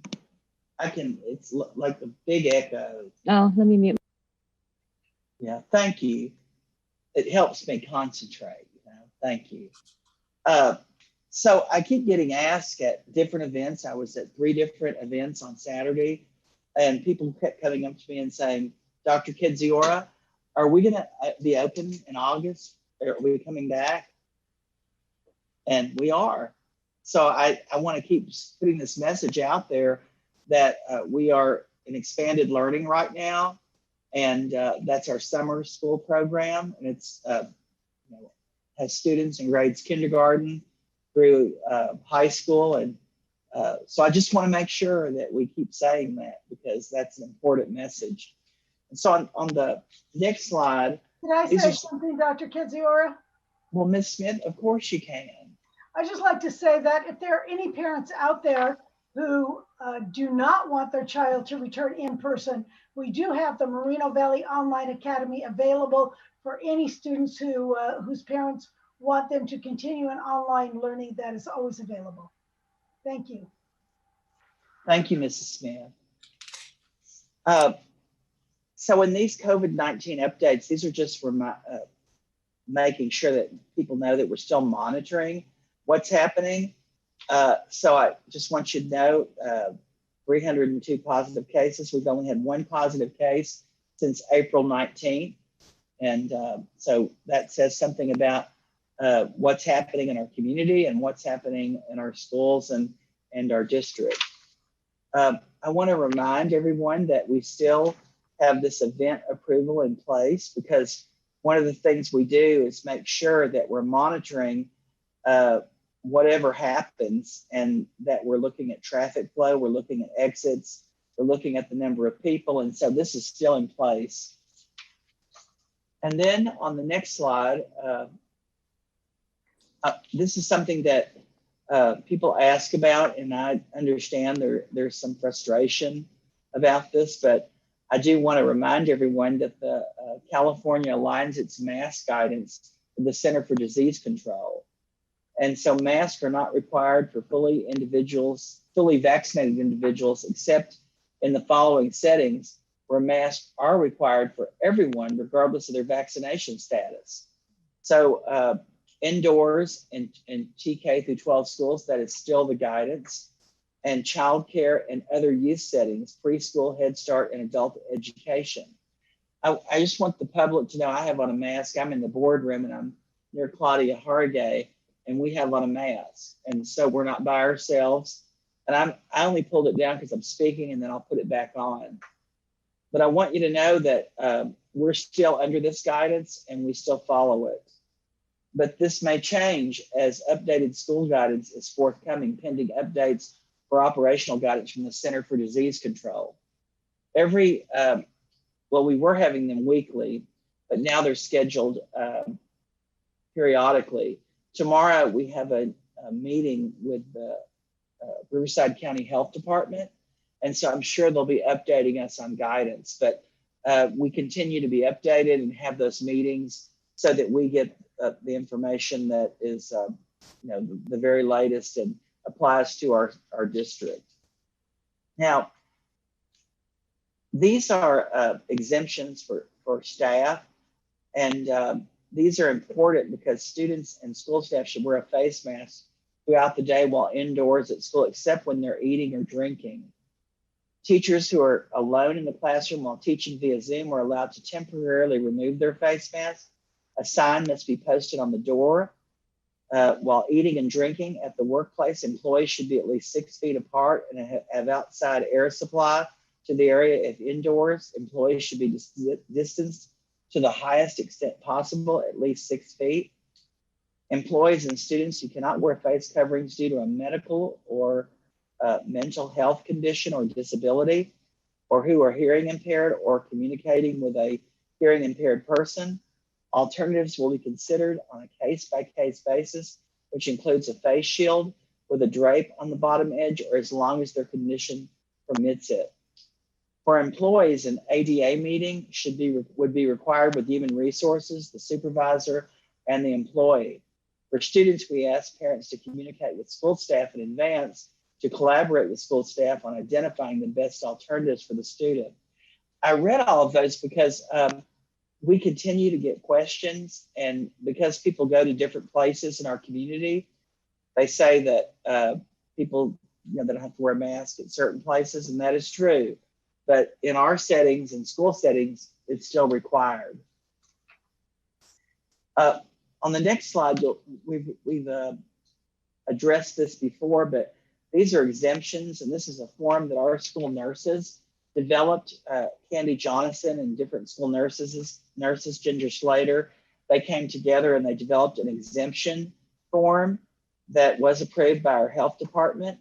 And the following individuals are exempt from wearing masks at all times: children younger than 2 years old, people with a medical condition, and I've reviewed these already in the previous slide, but with a health condition or a disability that prevents wearing a mask, and people who are hearing impaired, and people for whom wearing a mask would create a risk to the person related to their work, as determined by local, state, or federal regulations or workplace safety guidelines. So this form here is for students and their families. And this has been used and being utilized. And so that's the documentation that's needed. So as far as guidance goes, many requirements have been lifted in several businesses, but guidance remains in place for schools. The Centers for Disease Control and Prevention has not released updated guidance for schools yet. The state will update guidance after the CDC updates their school guidance. And as you know, the color-coded tiers are removed for California. Personal protective equipment and sanitation supplies are available, and physical distancing regulations will be followed until they're no longer required. So in waivers and screening, all schools will continue to ask parents to complete the COVID-19 waiver in Q, which is the parent portal, prior to students coming on campus. There is language added that to include that families should self-screen prior to coming to school campuses. Employees are asked to self-screen before going to work.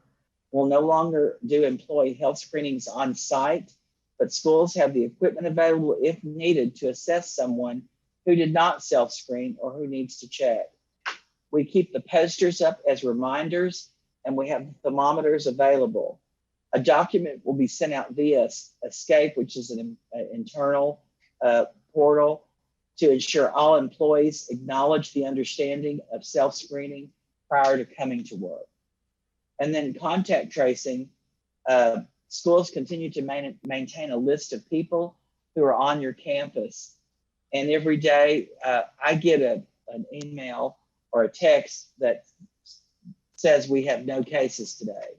And so that's for contact tracing, so that if a case was identified, we're able to let people know who were in that building or in that workplace be notified. So classroom setup.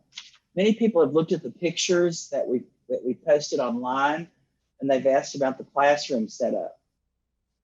We've transitioned from 6 feet apart to 3 feet apart for student desks only. This is allowed by the CDC.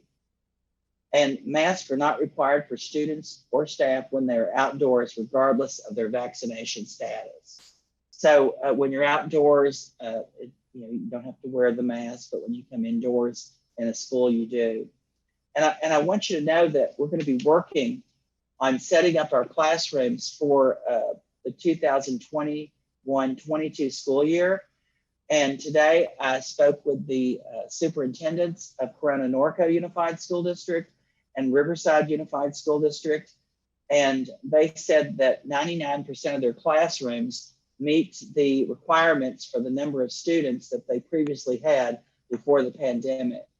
So we will be measuring and looking at that, and we may have to remove some furniture, but we plan to have our classrooms when they're in session in August be to the size that they were before the pandemic. And that would be 25 in transitional kindergarten to 3rd grade, and then 32 in 4th and 5th grade. Isn't that right, Dr. Verdi, 32? I want to make sure everybody's helping me. Yes, that is correct, Dr. Kaziora. Thank you. I don't want to, I'll say a wrong number and then somebody will be like, that's not how many we have. And then in our grades 6 through 12, Dr. Verdi, what is it? Do you remember? Is it 30, 33, 34? Up to 36? Up to 36. However, we may have to look at that in some instances because of the rooms. But I did talk to Riverside Unified today and to Corona Norco, and they both have done extensive measuring and looking at this. So they said that, you know, when you move some of the furniture out of the way, some of the extra things, you're able to make it work and to do it. So I see the same thing happening here, and we'll be looking at that in the next few weeks. Y'all have any questions about that, board, before I move on? No, you're good? Okay, I just want to make sure. So I just want to remind everybody about our free summer meals. This is a wonderful program provided by our nutrition services team under the direction of Carla Leiter. And you know, in our district this year, they've served 50,932 meals since June 16th. And we have it at every middle school, which is all 6 of them, Vista del Lago High School, Armada Elementary School, Badger and Edgemont Elementary School, and also the library. But the students who are in expanded learning in our schools, they get lunch brought to their school. It's at their school. So they don't have to go to grab and go. unless their schedule is different and they need to go. But the lunches are provided there and snacks. And I just want to say what a great job that is and how much students appreciate that and families. And just thank you for the continued work on that front. And then the Superintendent Summer Learning Academy. This is a video from the first day of that. And I'd just like for you to watch that before I go into some details. And thank you to our Public Information Office for putting this together.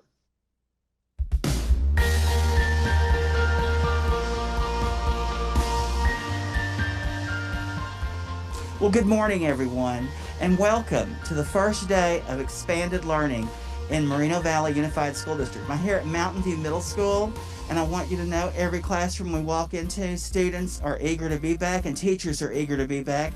And this morning in Moreno Valley Unified School District, we have about 10,000 students that have come back. That's been a third of our students doing something to improve or enhance their education. And I thank all the parents that got here this morning and families that were just here to make sure their students were excited and safe and that they felt comfortable coming back to school. It means a lot to our district. So thank you, everyone. Well, good morning. Good morning. We're here visiting schools in the Moreno Valley Unified School District today, the first day back. And this is the beginning of the extended summer learning experience for all of our students. And I'm so excited to see and to know that every site in the school district is open. And I think this is going to be very beneficial for students and families and the entire community, because after being away from school for so long, being back today means a lot for the students, it means a lot for staff and for the administration and the Board of Education. We're trying to address that social, emotional learning issues that we had in the past. So we're back to normal in our district, almost to normal, but this is our new normal, and we're very excited that we are experiencing this today, and it is in a good learning environment for a great success. I feel like it's easier to learn in class because you actually get to hear the teacher and not him or her glitching or stuff. I love to be with my friends. I really miss them, and I just happy to be with them.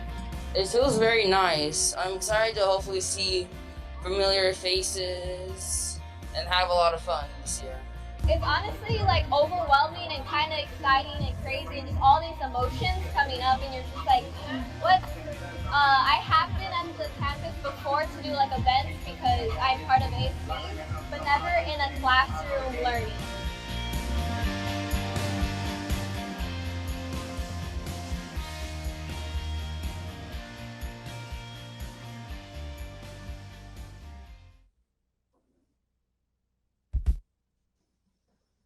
Well, I just want to say how exciting that is and how exciting it was that day.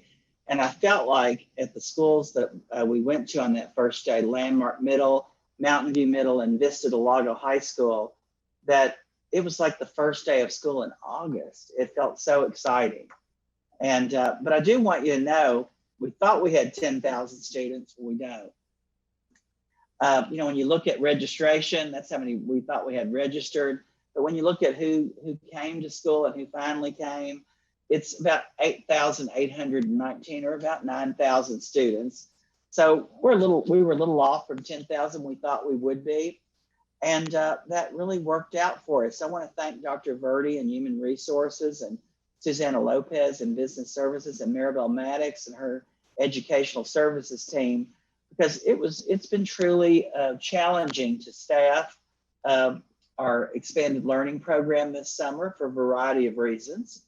But I want to say that the people that are there are very energized and excited. But I really like when we visit and we see the students, they really are excited to be there, and they're just, it gives them great opportunity to reconnect with their schools and before they go back August 11th. So we're very proud of what's happening, and the total in the virtual, or the Moreno Valley Online Academy that Mrs. Smith referred to earlier, and Moreno Valley Unified School District has had this Moreno Valley Online Academy for the past at least 6 years. And so this is not new to our district, and we're very happy to have this choice for families. There's about 1,314 students in that program. And then the next page you'll see is just the enrollment of all the schools. and the different grade levels, how many students are there. And this is for elementary. And then the middle school enrollment, you'll see how many are at each school and different grade levels. And then the high school enrollment, you'll see how many are there. And, you know, this is where the larger enrollment is in high school. And students, I want you to know, there are students that are going to school from 7:30 in the morning until 6:30 at night. And I was at Valley View High School yesterday when they got out at 6:30. And, you know, they didn't look like they were phased by it at all. Now the teachers didn't look, they were ready to go, but the students were like, you know, Dr. Kidziora, do we have to go home? And I'm like, well, I don't know. We don't have anything else here for you to do right now. But I just think it's wonderful that they're excited to be back and that they're participating fully. And they're doing a great job in the classes. The students are really engaged, and the teachers report that students are eager to learn and eager to be part of the you know, their learning and participate fully. So it's really a wonderful thing to see. So some of the next steps that we know that we're going to do, we're now in session for the Superintendent's Expanded Summer Learning Academy. On July 26th, there'll be summer school graduation at 9 a.m. at Valley View High School. The intern celebration, which is known as Asterix, will be at 11:30 a.m. at Vista del Lago High School. So that'll be the last day of high school summer school that we're very excited about the students who will complete the graduation and their requirements in summer school. And on July 20th, the Board of Education will continue the discussion of in-person learning, and a resolution regarding the reopening of schools will be brought forward and presented to the board. And that's important because we have to do that for some funding that we've received to demonstrate that we are moving forward with reopening schools, since we were in distance learning before. And then on August 2nd, we're going to have a health and resource fair at Vista del Lago High School from 4 to 7 p.m. This is put on by Student Services every year. And this is to prepare students to come back to school. And we'll have another board meeting on August 3rd, where we'll continue to discuss in-person learning. But I want to remind everybody, just like this says here, see you in person next school year for in-person instruction for the 2021-22 school year. And our theme for this next year, we were focusing forward, but now we're reimagining what's happening in our schools and reimagining how we serve and support our students and our community. So thank you, Mr. Peden.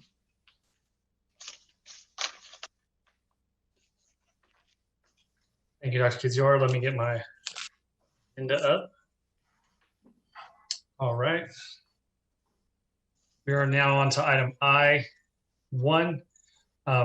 A, approve of the 2021-2022 Local Control Accountability Plan. Ms. Maddox. Would like to request board approval for the LCAP plan for 2021-2022. As required, a public meeting was held on the LCAP on June 15th, 2021, and staff recommends approval of the LCAP. Just reminder and a review of information is pursuant to Ed Code 52060. All LEAs must adopt and annually update the LCAP and annual update. The LCAP is a 3-year plan describing the district's annual goals and specific actions to address the state and local priorities that support outcomes for all students, but specifically for student groups such as low-income students, English learners, and foster youth. Our LCAP is aligned to our superintendent's goals and expectations, and also the strategic plan. And the items requested for approval tonight are the budget overview for parents, the annual updates of the 2019-20 LCAP, and the 2020-21 learning continuity and attendance plan, in the new 2021-22 through 2023-24 LCAP. Staff is requesting approval of the LCAP plan. Thank you, Ms. Maddox. Board, do you have any questions, comments, or concern on the local control accountability plan? Mr. Holguin. Yes, this is a 89-page document that I'm looking at here, one of the pieces here, and there's a lot of information, a lot of great information, and several pieces that were put together here, different actions, different activities, and meeting different requirements to complete the LCAP. What I would like to ask if either Ms. Maddox or Dr. Katsiora, it's here in the document, but I think it is important for the community to hear, and I'm interested in one piece. There are several pieces again, but I'm interested for them to say a little more detail on the community engagement, the stakeholder engagement piece. Just, you know, I think it is important for the community to hear that this is not a document that is created exclusively by district people or the board or the superintendent, but there's a lot of input here from the community. So can you just mention briefly what happened here with stakeholder engagement, if you don't mind, please? Correct, Mr. Holguin. So the LCAP was developed with input from different stakeholder groups. And I'll give some examples, such as DLAC, APAC, CAC, the CTE advisory, the LCAP advisory team, the LCAP student advisory group, principals and administrators, both certificated and classified, town hall meetings. Also in CAM. CAM represents the Superintendent Council that includes AMBAMP, CSEA, and MVEA. Also cabinet, extended cabinet, and in addition, LCAP information has been presented in board meetings. So it's been input from these different stakeholders that generally includes teachers, administrators, school personnel, parents, and students in the development of the LCAP. Yes, in some conversations that we had, not here within the district, but with other organizations, one of the comments that I hear very often is that people don't have an opportunity to give input as to what happens in the districts. And I just have to say that I'm extremely proud of what happens here in this district because the doors are open for the community to come in. So let me ask you just a simple question. If somebody out in the community wants to participate, wants to be part of it, what are the steps that they need to follow? I mean, for this time it's already done, it's here, but this will happen again next year. So what would be the steps for a community member to participate? Ms. Maddox, do you mind if I answer that? No, please. I was going to say well, Dr. Locke recently had a community member reach out to her and asked her that question, Mr. Holguin, and they wanted to know how they get involved. And we sent them information that we have on different groups that they may be interested in. But one of the best ways is to contact the superintendent's office and contact me directly or the staff that works in there, Claudia or Brenda, and we will make sure that they're added to the parent group that is appropriate or the one that they express interest in. We're very eager to involve people, our business partners, and to make sure that they're represented and their voice is heard. And Mr. Holguin, you might be aware that our district was selected as an exemplar in the Community Education Initiative, which was the California Collaborative for Educational Excellence. Today, we were featured on a webinar that's going to be heard throughout the state. Dr. Arce, myself, and Ashish Paliki is a student, and Ani Velasco, and Dr. Jennings. Yeah, I was trying to think who was in there, but we were considered an exemplar, and so they asked us to record a webinar on what we do to engage leaders in our community, and that means making parents leaders. Our parent ambassador program is lauded by people and sought after how we do it, but we're very fortunate to have parent ambassadors who take on initiatives such as the Wellness Center, any like program that we have like tutoring, or any initiative like Chromebooks being distributed to every student or getting materials to students, they are ready and willing to support. So in that respect, we do have places for people that how they can be involved, and they should contact the superintendent's office.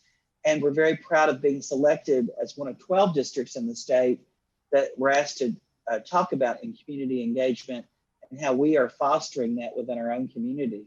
And we're learning from others and they're learning from us, but they're reinforcing what we're doing and we're getting to hear what they're doing.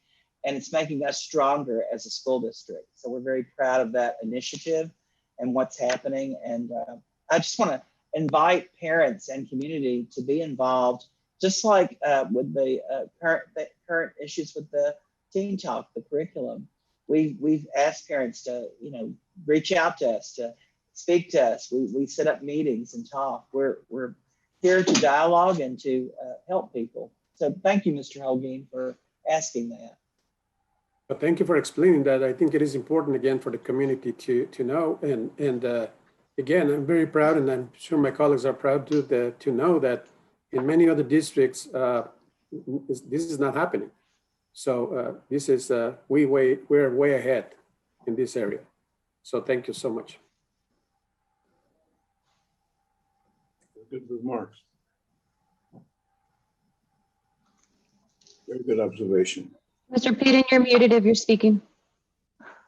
Man, y'all, I'm losing. I'm missing out today. Second time I've done that. All right. I will say, Mr. Johnson, did you have anything to add on that? I saw you unmuted there. No, I just said very, very good remarks from both. Yeah, absolutely. Very All right, enlightening. if there's no more comments, questions, or concerns on this item, at this time, I'll entertain a motion to approve the 2021-2022 Local Control Accountability Plan as presented. Absolutely, I make a motion that we approve the LCAP for this year. And sorry, I took it away from Dr. Locke. I know she wanted to do it. I'll second it. All right, we got a motion from Mr. Holguin, and we got a second by Dr. Locke. Roll call, please. Ms. Smith? Aye. Dr. Locke? Aye. Mr. Holguin? Aye. Mr. Johnson? Aye. Mr. Peden? Aye, motion carries 5-0. And again, thank you everyone that participated in the LCAP in general. That was great work. I lost my place here. Sorry about that. 1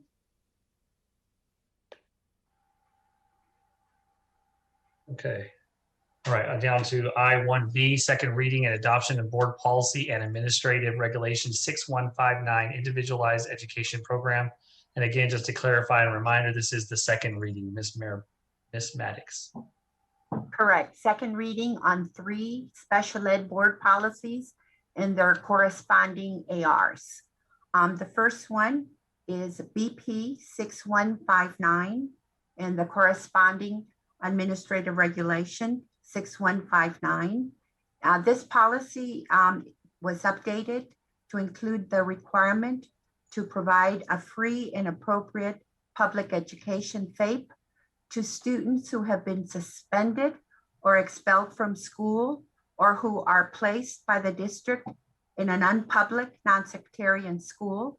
Also adds the requirement to provide FAPE to individuals ages 18 through 21 who are incarcerated in an adult correctional facility.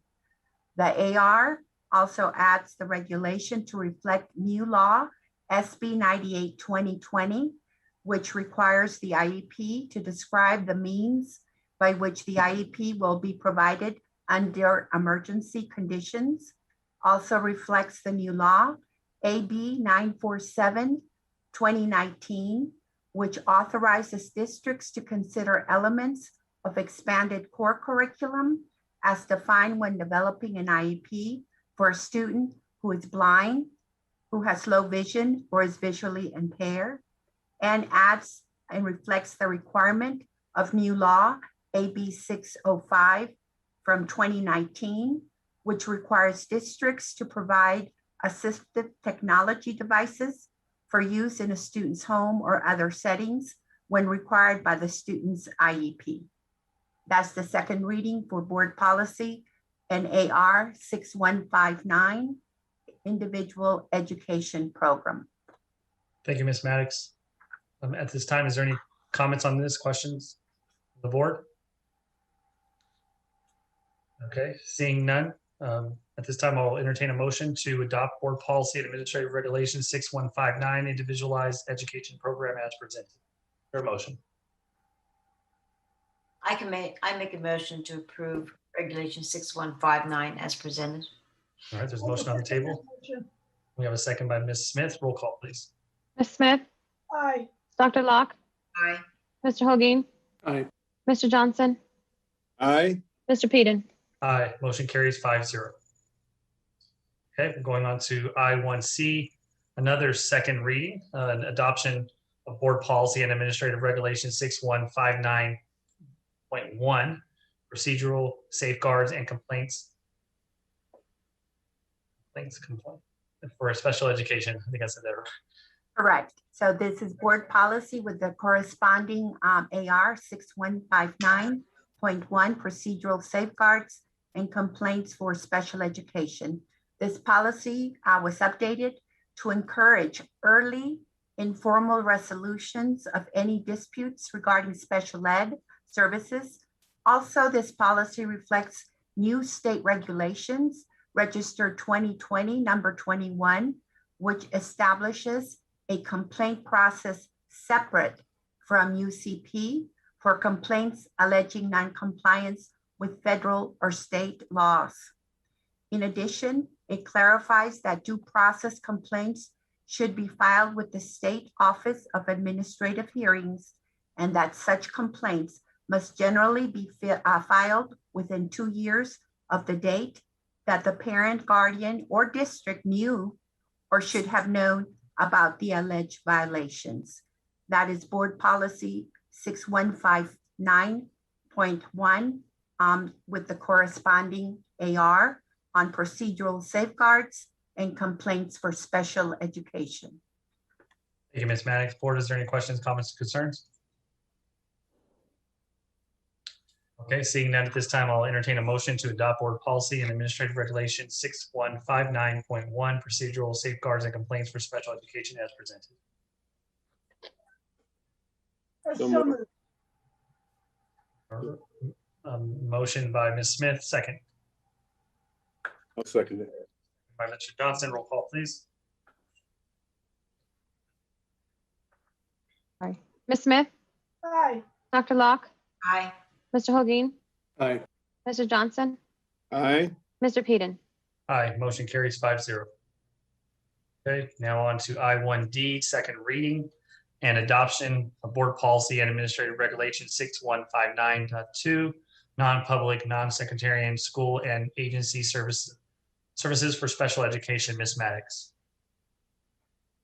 Second reading on this board policy and corresponding AR 6159.2, non-public, non-sectarian school and agency services for special education. The policy was updated to include the provision of non-public, non-sectarian school and agency services in the comprehensive local plan of the special education local plan area. And it reflects the new law, AB 1172, 2019, which requires districts to verify that the NPS and the agency provide staff training in the use of practices and interventions specific to the behavioral needs of the students that are placed in those sites.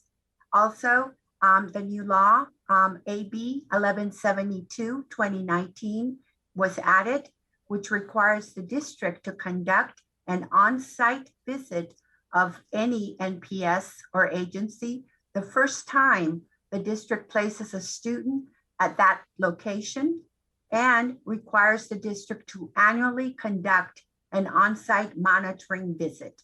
That is Board Policy 61592 and the corresponding administrative regulation on non-public, non-sectarian school and agency services for special education.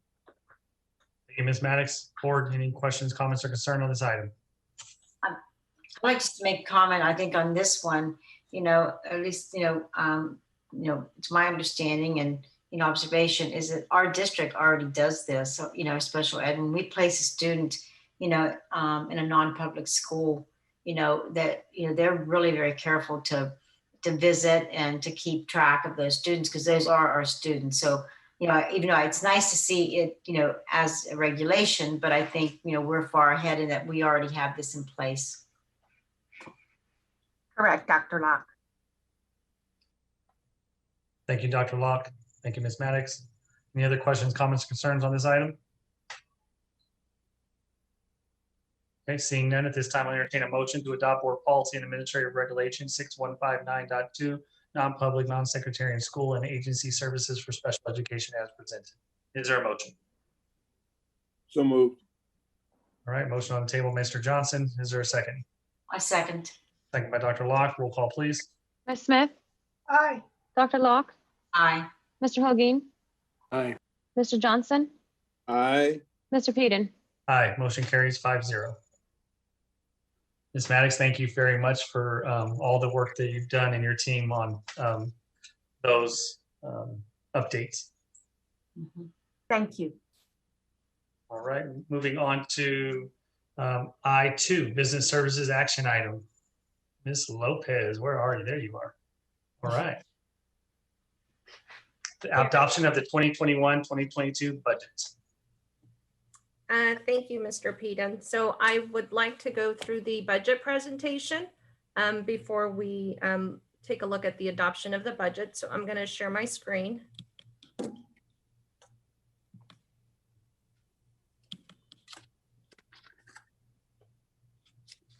And can everybody see that?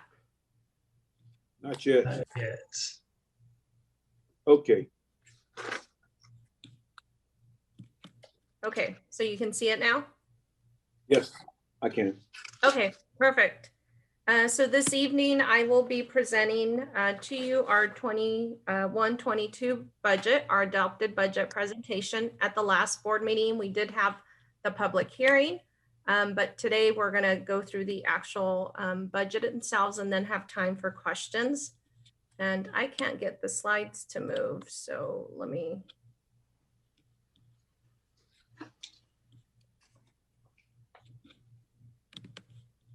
Let me stop sharing and then trying it one more time.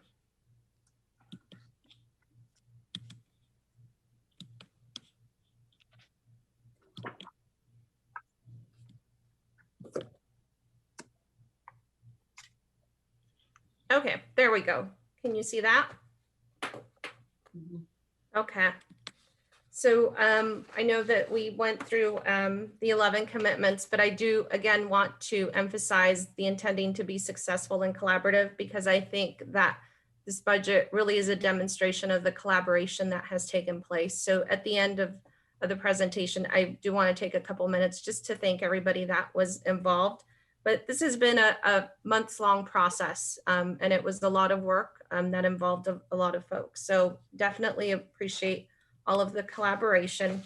And I'm just going to go through the vision and the mission. I won't reemphasize that.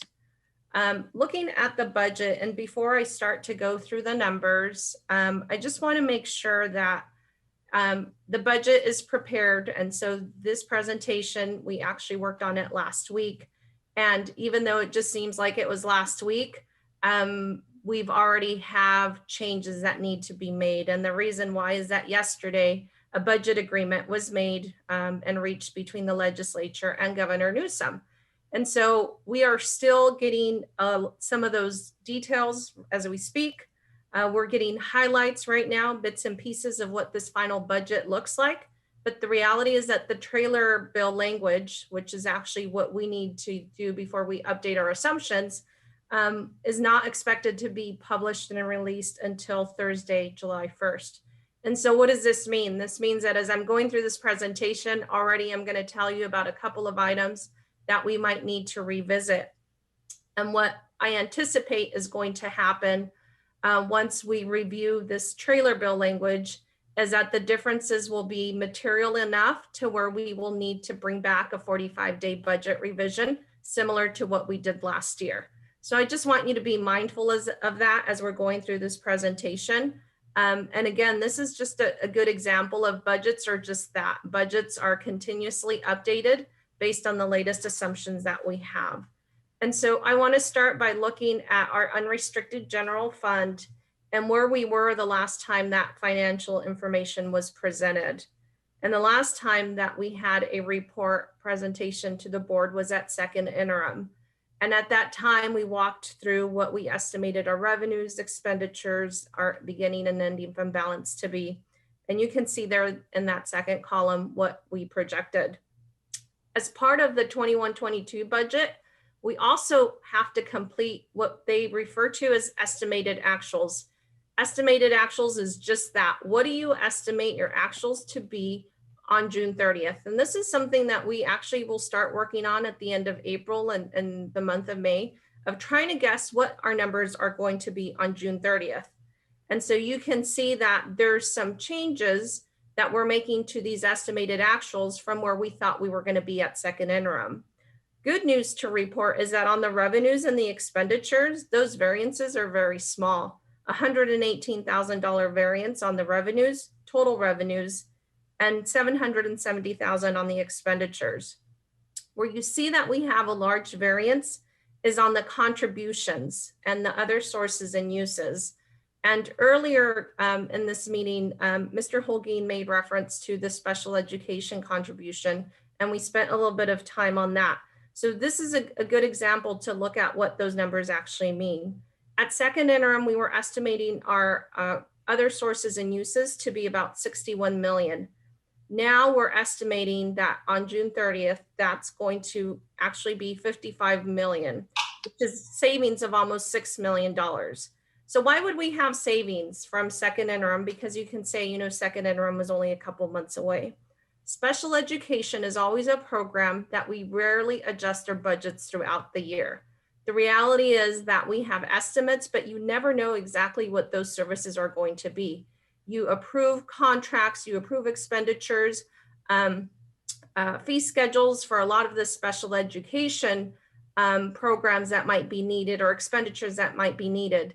But we never know when those services will be needed. And so we don't really like to reduce those contracts until the end of the year. Second interim would just not be a time to do that.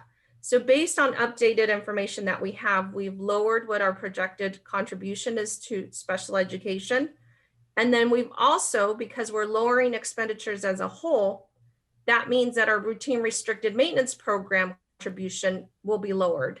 And the reason why is that your routine restricted maintenance program is a required 3% contribution of your total general fund expenditures. So now that I'm picking up more savings, I have to make an adjustment to this program.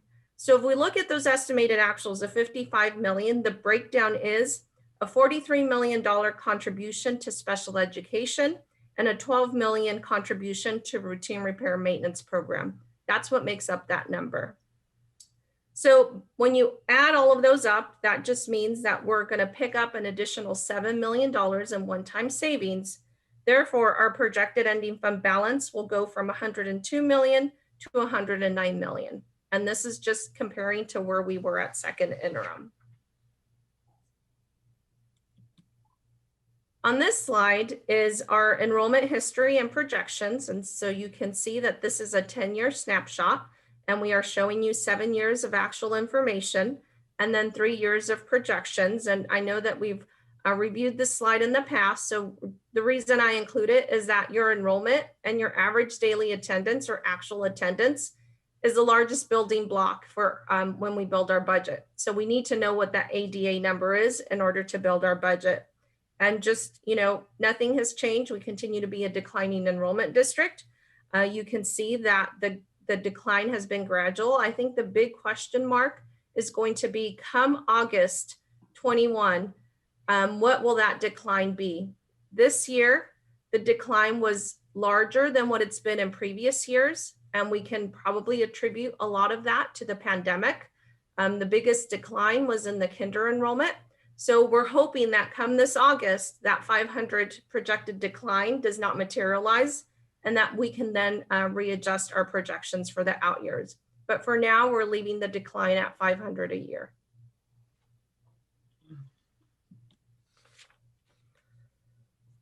We do have some good news still for the 21-22 budget, and that is that we still have this hold harmless provision. So back last March, and this is that same slide that I've been showing you this last year, is knowing all of the changes that had taken place, recognizing the impact of enrollment and what the pandemic was doing, everything COVID impact.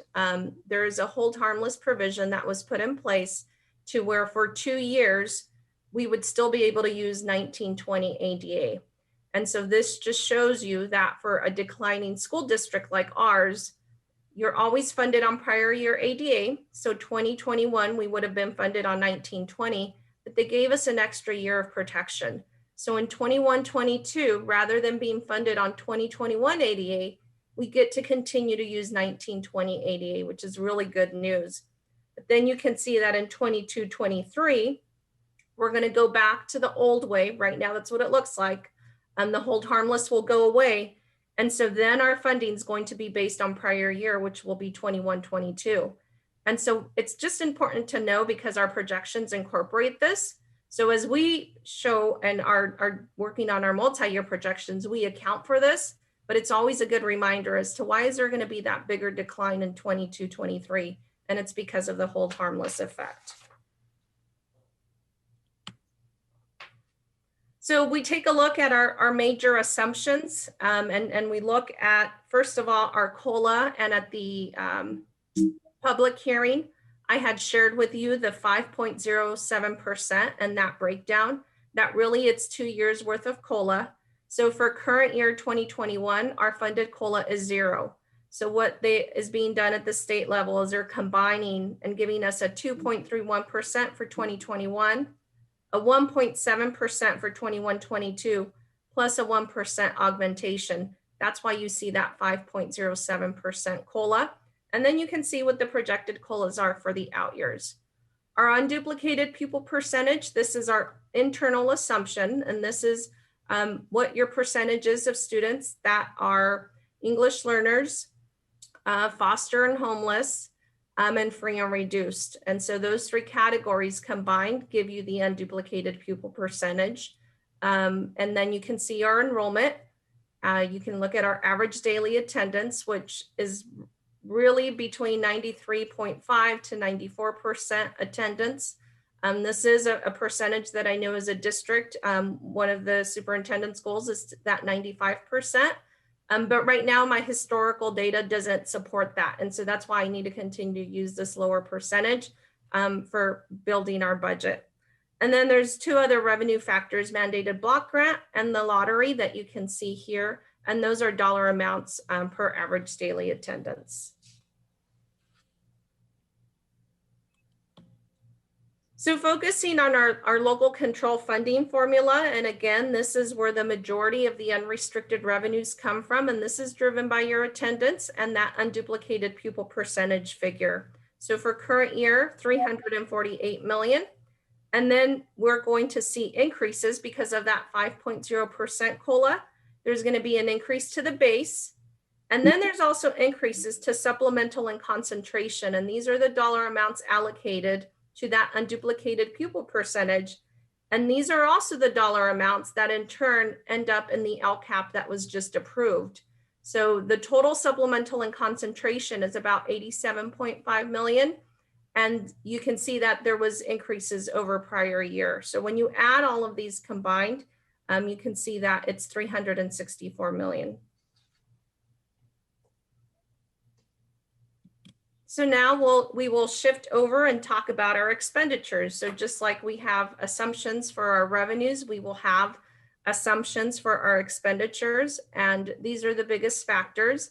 A step and column average, and that's just year over year. If your population or your personnel stays the same, there's still a cost as they move up on the step and column.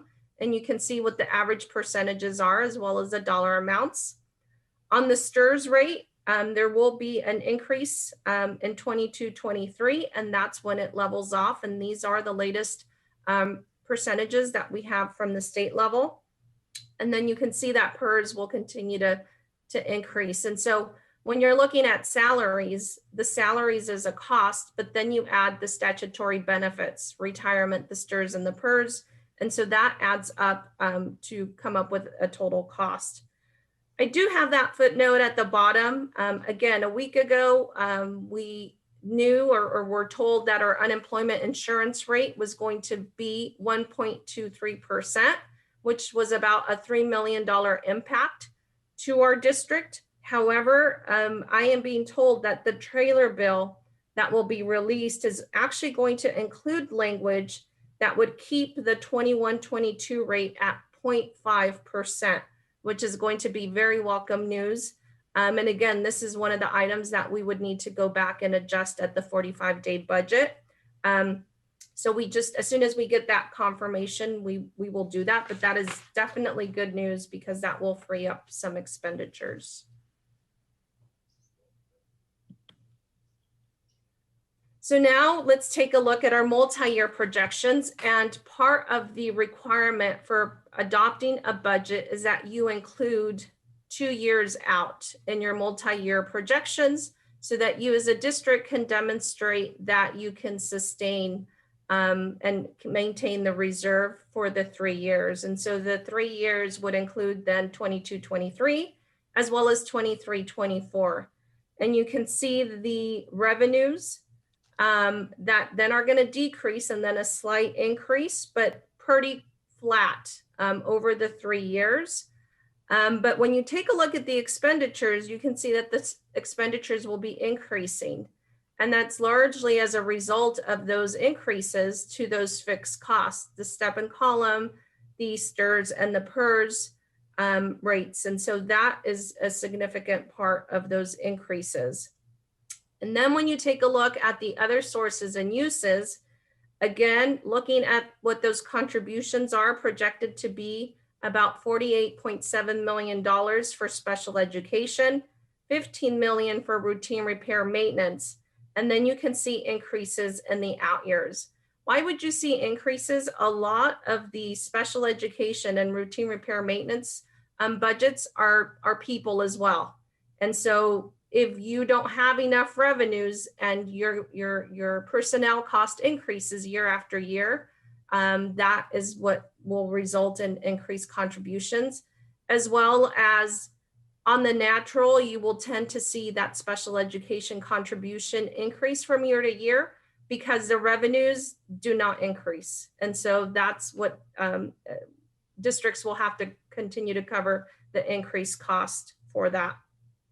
So we're projecting in 21-22 to deficit spend $11.3 million, and deficit spending just simply means that we are spending more than what we are bringing in or generating in revenues.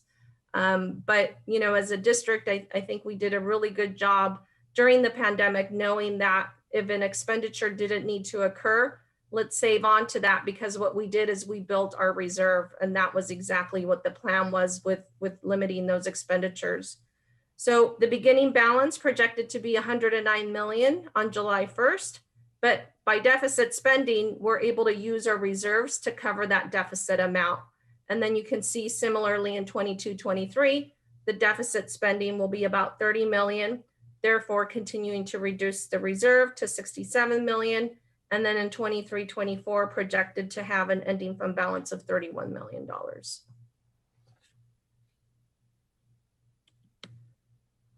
On the restricted side, it gets a little tricky because all of the one-time monies are on this unrestricted side. And so what has happened is that no longer can you rely on trends or history, because we've never seen all of this influx of one-time monies. And you can see that our revenue is 134 million. But look at the expenditures. Part of it is the contributions, right? When you have a special education and routine repair maintenance, you know money has to come in. But then we also have a lot of the pandemic money that we will look at in a couple of slides that contribute to this as well. So projected to deficit spend about $6 million on the restricted side. So our beginning balance will be lowered to 26 million projected at the end of 21-22. And then you can see revenues then become really flat and are decreasing. There's still some of these COVID pandemic related funds in these revenues, which really skews the numbers.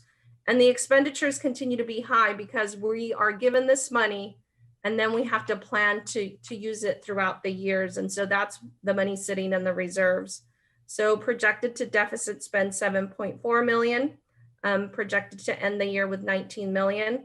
And then 23-24, now we're not projected to deficit spend.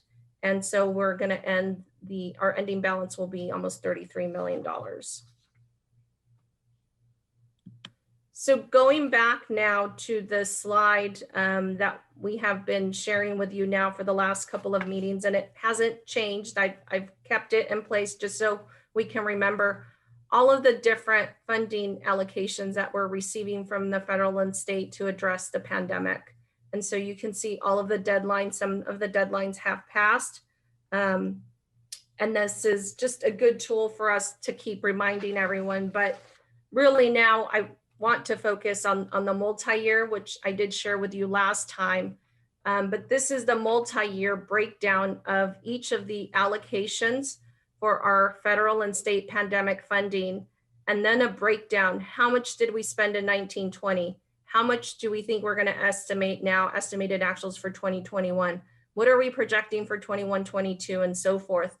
And I really want to give credit when Dr. Kadziora, gave reference and mentioned to purchasing. And there's been so many departments and personnel that have been involved because there's, believe it or not, they didn't make it easy for us. They could have given us one resource and said it's all in one pot of money, but every description that you see here has different reporting, different regulations.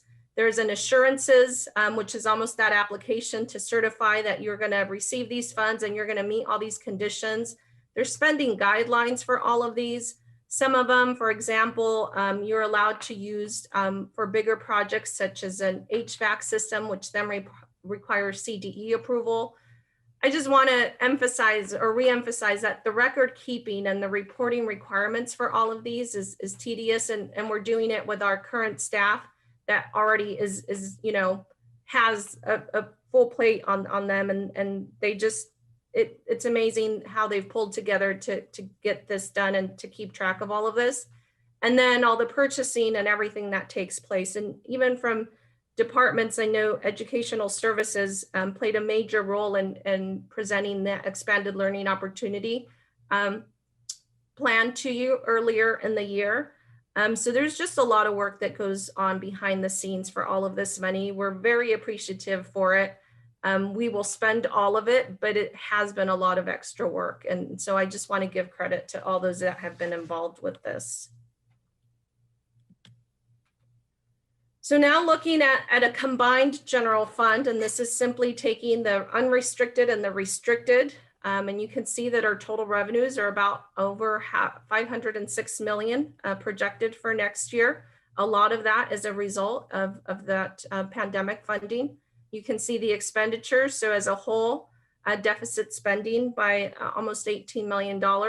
But again, being able to use our reserve. And so we did a good job in being able to plan for that. And then carrying it forward for 22-23 and 23-24, continuing to deficit spend. So that's something that we're going to need to take a look at a little bit closer, just to make sure that those numbers don't increase. I just want to point out that the other sources and uses are at zero, because remember in the previous slides, one was a positive, one was a negative. So we're simply taking money from unrestricted to restricted, and that's why it shows as zero when you combine it.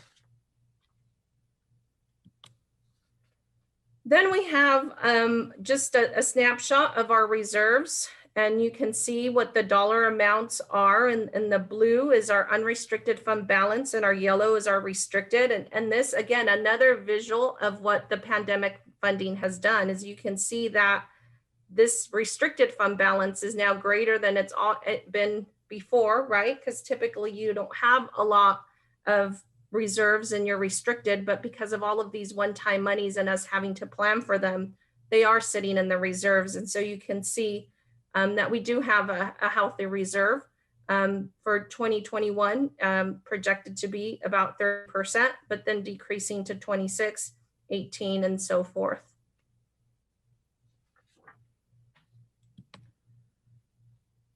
Our next steps, I think this was wishful thinking on Friday when I was finalizing this, is that, you know, we might not need a budget update or a 45-day budget revision, but now it looks like we will. Again, we will have more information once we get that trailer bill later this week. And then once we actually close the books, we will bring to you at the September board meeting an unaudited actuals report. So I do want to also, just because I think I forgot this at the last meeting, but there's a number of people that I need to thank. And first off, JFMC for all of their work throughout the year. We've focused on budget issues.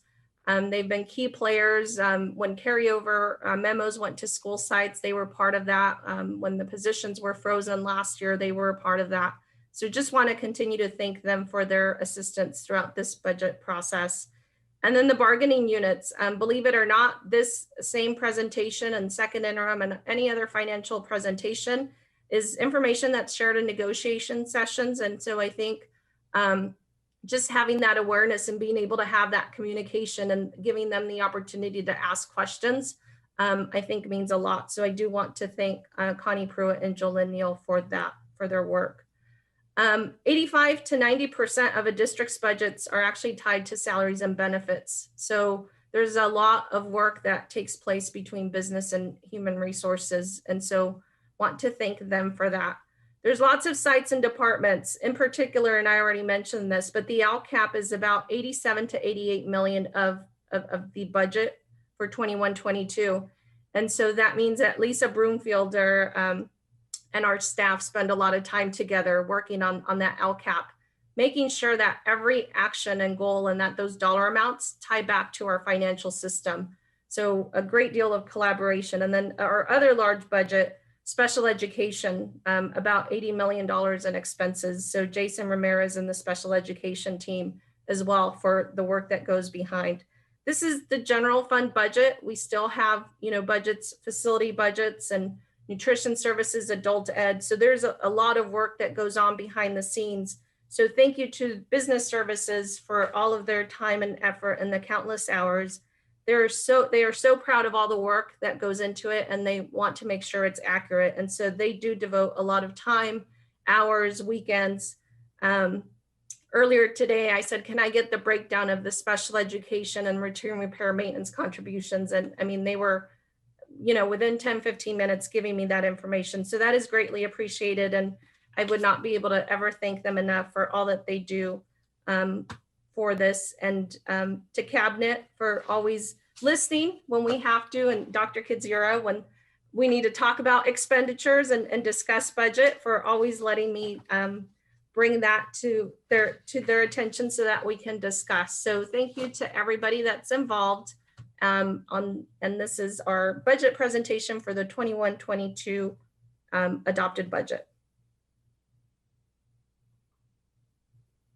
Thank you, Ms. Lopez, for that comprehensive report. It never fails. You're always providing us with information that is extremely valuable, and we do appreciate it. We understand how much work goes into that. Board, do you have any other questions? Any questions, comments, or concerns on this budget?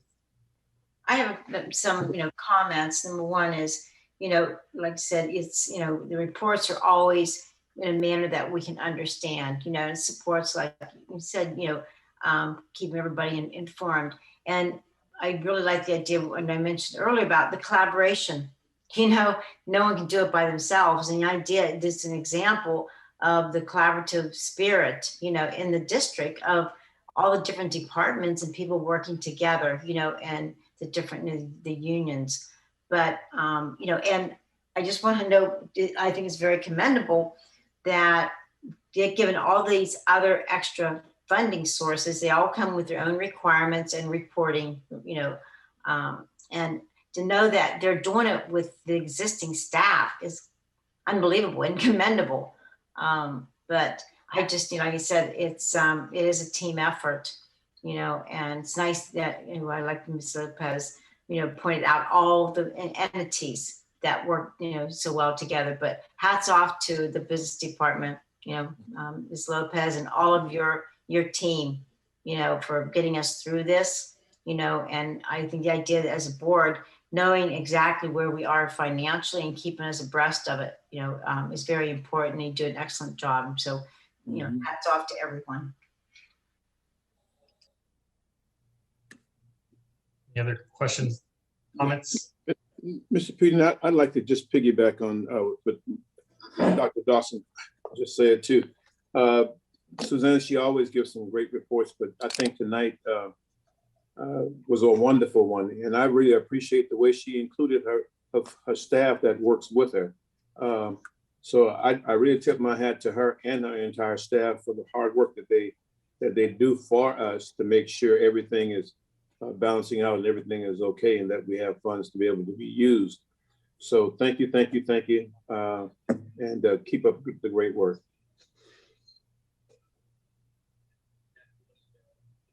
Smith or Mr. Holguin? Well, no questions, just a comment that Ms. Lopez, I appreciate you once again highlighting the collaboration that exists here in the district, working not only within your department, your division, but also with the employee groups. And I think that is important to highlight that they're always willing to work together in collaboration and the continuous communication. And then with your expertise at being able to explain all the elements of the budget and all the different pieces, moving pieces, like you mentioned several times during your presentation. You know, here you are presenting this tonight, knowing that already you have to make changes, and more changes are coming in the next 45 days or so. So thank you for highlighting that and your team. And you know, a lot more work, but I'm looking forward to see the next version of this budget. Thank you. Ms. Smith, do you have any comments? Just add my thank you to Susanna Lopez and her team for all the work you did to put this together. Thank you. Thank you, Ms. Smith. And Ms. Lopez, I do have one question. I think it's usually the same question I have each time I see this budget. Is there any red flags as it relates to our wow, just forgot what I was going to say. Our reserves, I'm sorry. Good gracious, it's been a long day. Is there any concerns regarding our reserves on the outlook as we continue to move forward? So I think one of the key things is that our projections are always based on assuming, for example, everybody is hired the entire time, that there's no vacancy savings and things like that. And I think that's what the key is just to continue to make adjustments. I'm hoping that come August 11th, the first day of school, that decline in enrollment will not be 500. Looking at our attendance, so you know, it's a little bit under 94%. So I think we have time to address things. I think once we get this trailer bill, there's going to be even more additional funds. So I think the key is I don't see red flags. We're putting the information that's out there, but it's just continually revisiting. And I think that the most important thing, and I think I mentioned it here before, is we still have another year or so on our end of what the financials look like. Because even though 3 years is a long time, you know, I feel a little bit more comfortable looking even further ahead. And what that does is it gives us time. Just like last March when we said, you know, positions that become vacant don't fill at this time. You have opportunity. We had an opportunity to build our reserve and we did just that. So we always have that opportunity to buy ourselves some time. And so I think that's the important thing, is that people are willing to discuss and ask the questions and knowing what happens when you increase or decrease expenditures. Statewide, just FYI, the average reserve is about 17%.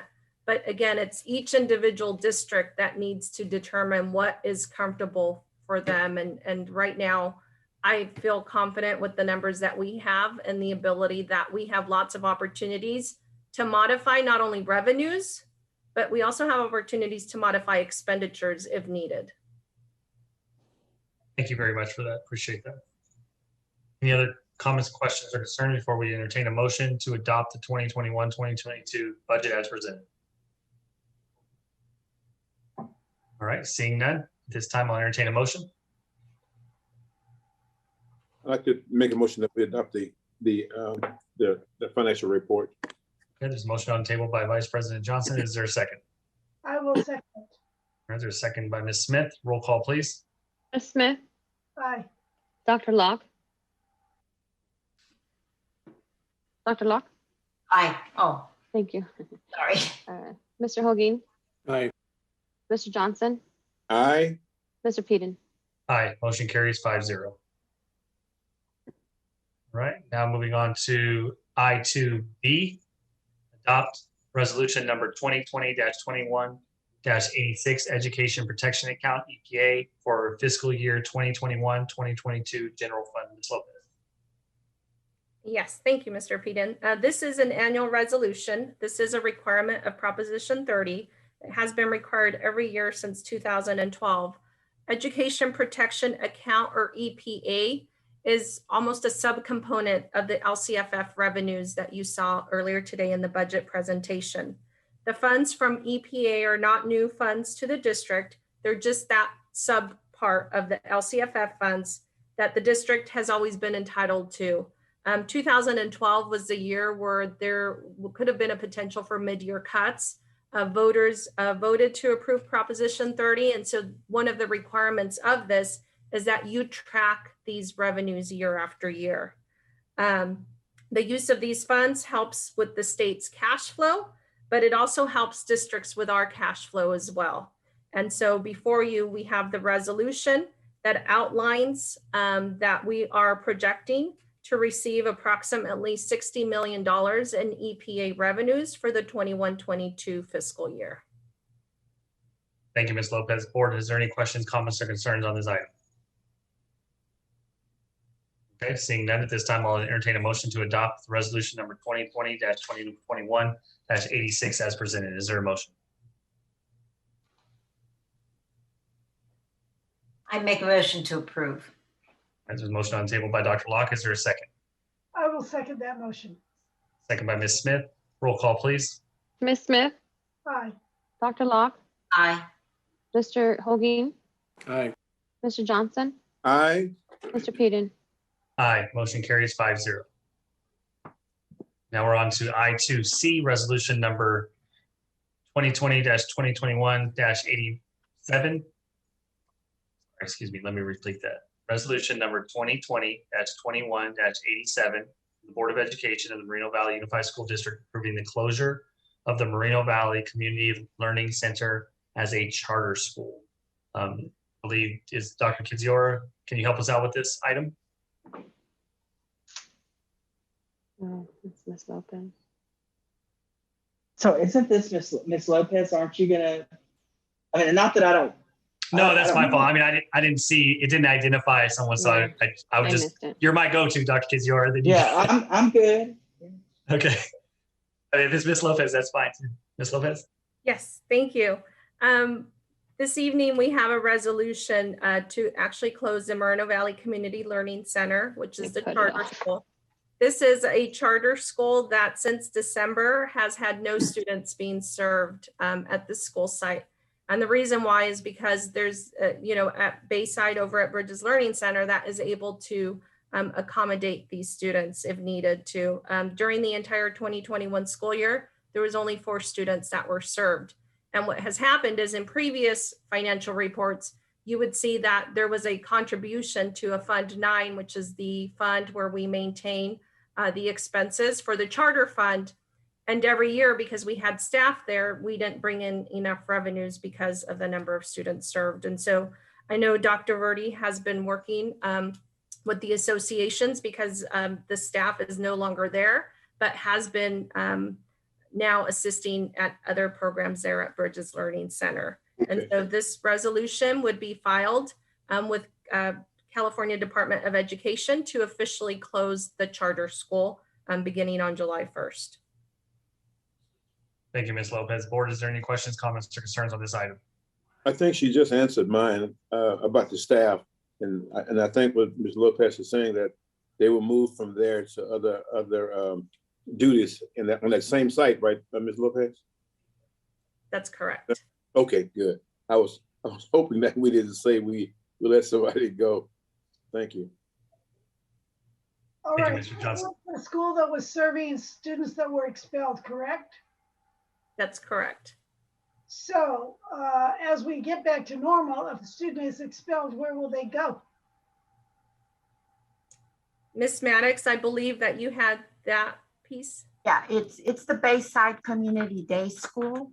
As a matter of fact, that's one of the functions of a community day school, is to serve any students that's expelled. So they would go to Bayside, Mrs. Smith. Okay. Thank you, Ms. Smith. Thank you, Ms. Maddox. So that also tells me that we're doing a pretty good job in our traditional schools. So we're not sending them over there and like we used to, right?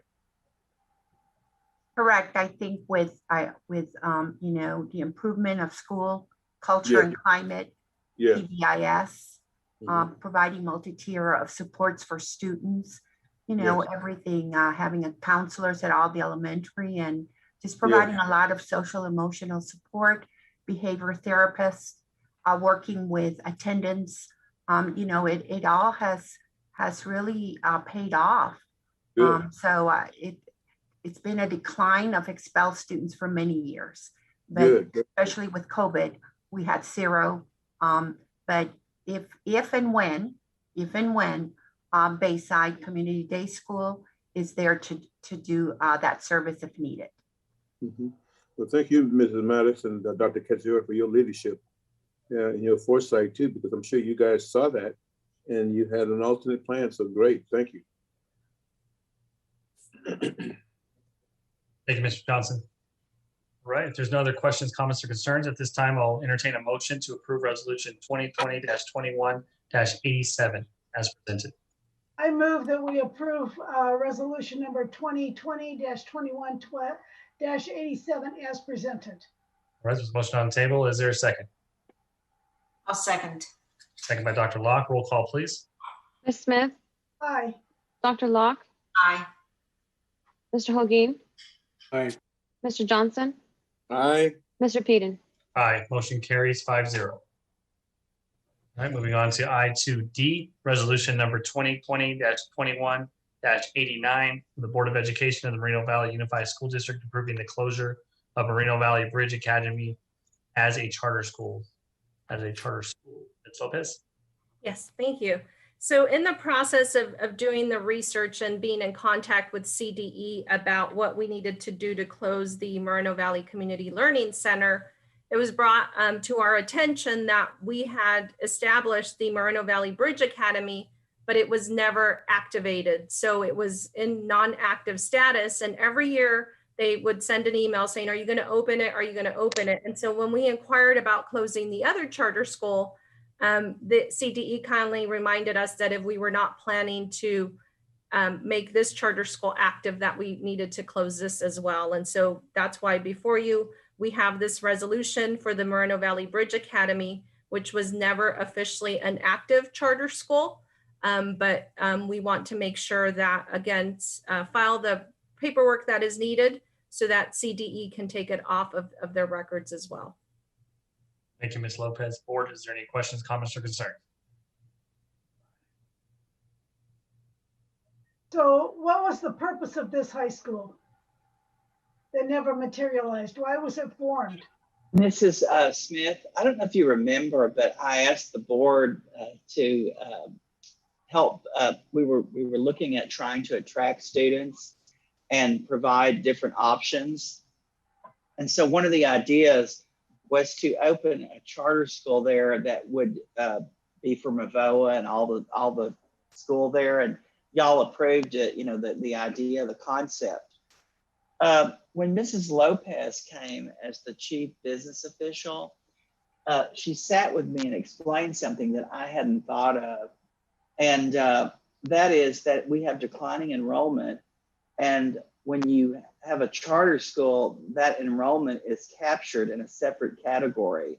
It actually takes away from your enrollment. So you're, you know, just like before when we had the charter school, I mean, I always knew it was there, but I was thinking that it would help us in, you know, attracting students. It would possibly, but it wouldn't help us with the bottom line, which was our declining enrollment and then our finances, because charter enrollment is captured in a separate category, not with your total enrollment. Isn't that right, Ms. Lopez? That is correct. And their financials are also in a separate fund. So I hadn't fully, you know, thought this through. It was an idea, a concept that may have worked had we not been in, you know, declining enrollment. But since we are, it didn't make sense to continue, but we'd already applied for the CDS code. And so now, because we did that, we have to, you know, show this action to close it because we no longer need it and it's no longer viable as an option within our school district. Isn't that right, Ms. Lopez? Yes, that's correct. I just want to say she's a good teacher, you know, and I listen. So that's why, Mrs. Smith. Okay, I know that other school districts do have charter schools functioning within the school district, and so that's why I wondered. Ms. Smith, thank you, Dr. Kiziora, Ms. Lopez. Any other questions or comments? All right, seeing none at this time, I'll entertain a motion to approve resolution number 2020-21-8. Is there a Make a motion? motion. So All right, moved. there's a motion on the table by Ms. Vice President Johnson. Is there a second? Did I get that right or did we glitch? I'll second it. Okay, we got a motion on the table by Mr. Johnson. We got a second by Ms. Smith. Roll call, please. Ms. Smith, Aye. Dr. Locke, Aye. Mr. Hogan, Aye. Mr. Johnston, Aye. Mr. Peden. Aye, motion carries 5-0.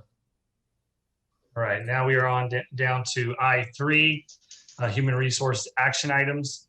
We have a I3A variable term waiver for English learner authorization, BCLAD for 2021-2022 school year. Dr. Verde. Thank you very much, Mr. Peden. As you mentioned, this is a approval request for an employee who's going to be on a variable waiver as they complete their BCLAD. We bring these forward periodically to the board as employees are finishing up these mandatory requirements from the California Commission on Teacher Credentialing.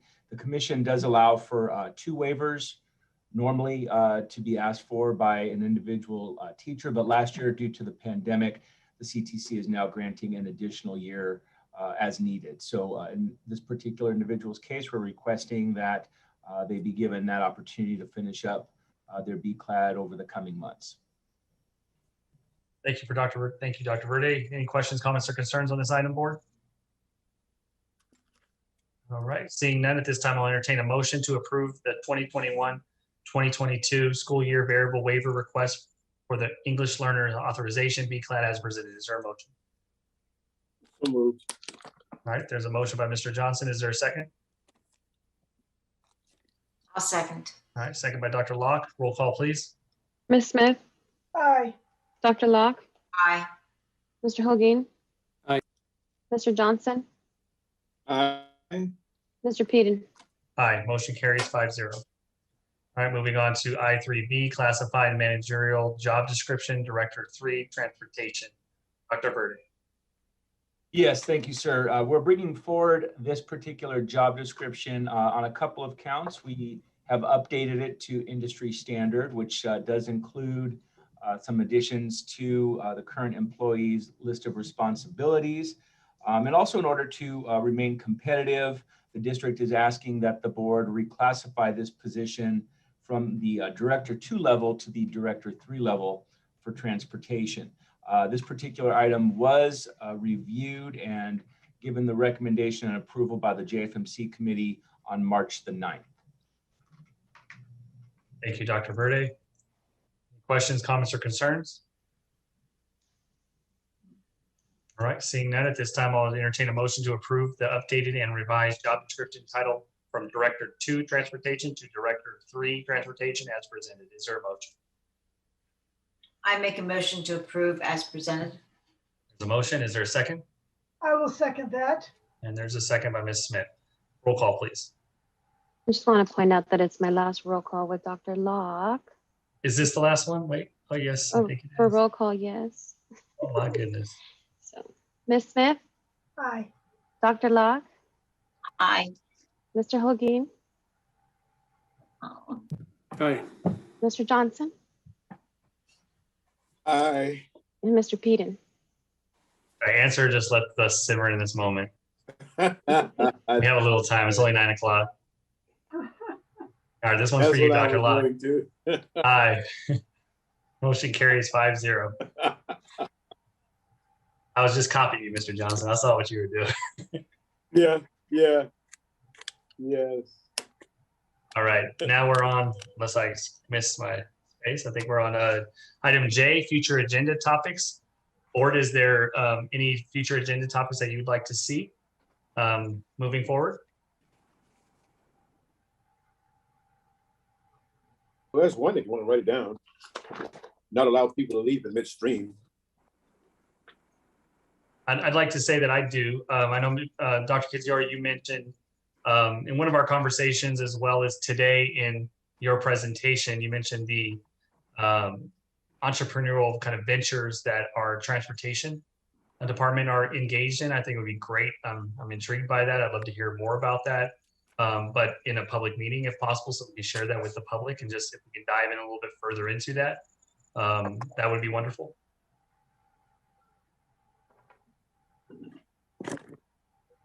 All right, excellent.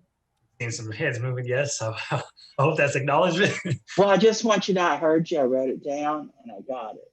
All right, wonderful. So I don't want you, just thank you, I got it. Oh yeah, absolutely. All right, any others? Dr. Locke, you won't be a board member anymore, but it'd be any issues that you'd like to see on the future agenda? I'll pass, Mr. Okay. Yeah. She can't talk right now. Mr. Holguin?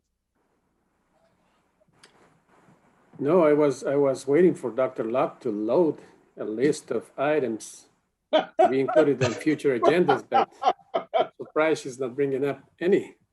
So no, thank you, Mr. Peden. Absolutely. All right, and Ms. Smith, do you have anything? You good right now? No, I'm okay.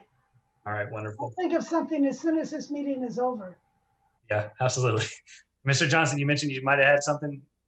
No, it's already been said. Okay. She can't speak right now because she's about to cry, so I'm not going to say anything else. Got it.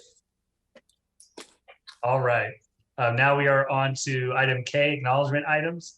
Managerial job descriptions, coordinator of accountability and assessments, network manager, school information system administrator, and system administrator. Dr. Verde.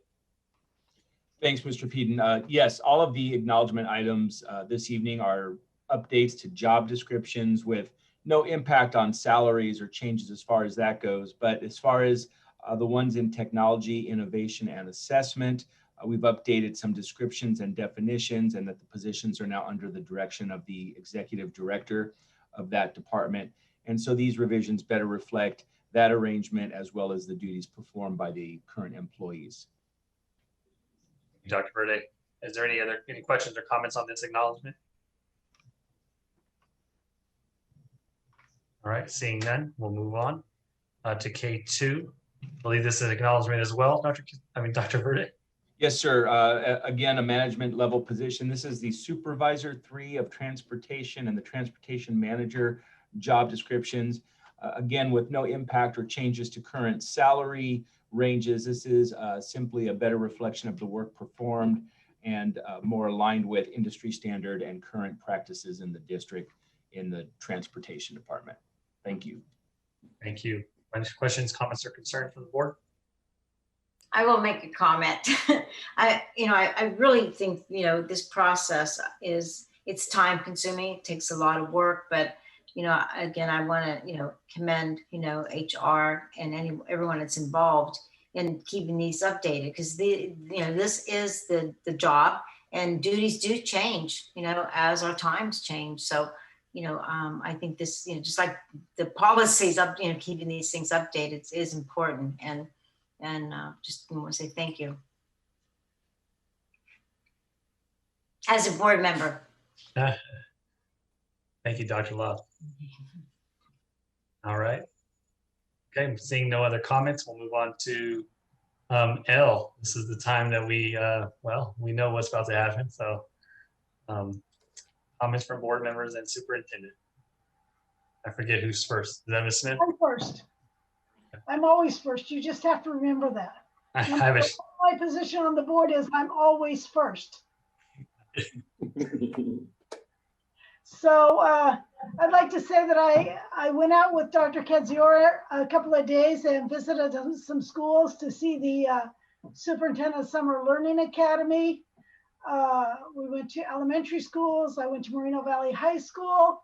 At all levels, I noticed the students were engaged. They were well behaved. They were learning. The teachers were doing a great job, whatever level they were at. A lot of the high school students were trying to get ahead or make up some units. That's great. And they were just so excited, I think, to be there, to be together, to see their friends again. And especially the elementary kids, whether they were in class or we saw some doing some PE activities. It was just a great experience to see those kids and to see how well they're doing and how engaged the principals and staff members are. I'm happy that we're reopening in the fall in person. Like I said, if you don't want to reopen in the fall, you have choices. You can go to Mavola.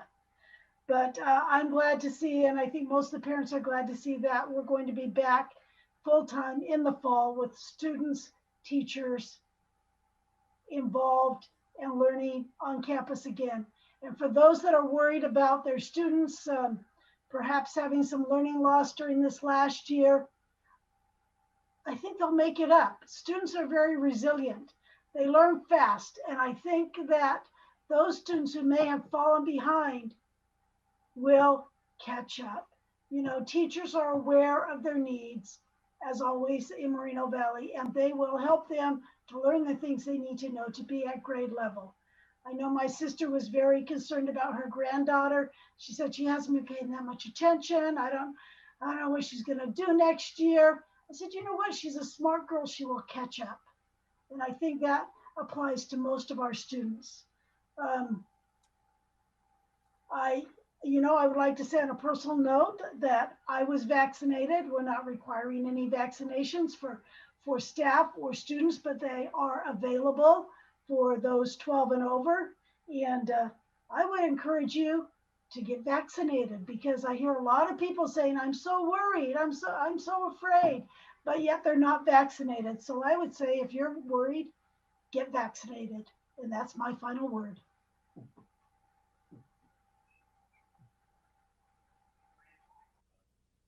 Okay, I guess it's my turn. Thank goodness I jotted down some things earlier today to make final comments, but then you surprised me, earlier on in the meeting. So I gave you some of my comments earlier. I just want to say that it's been an honor to be part of this team. And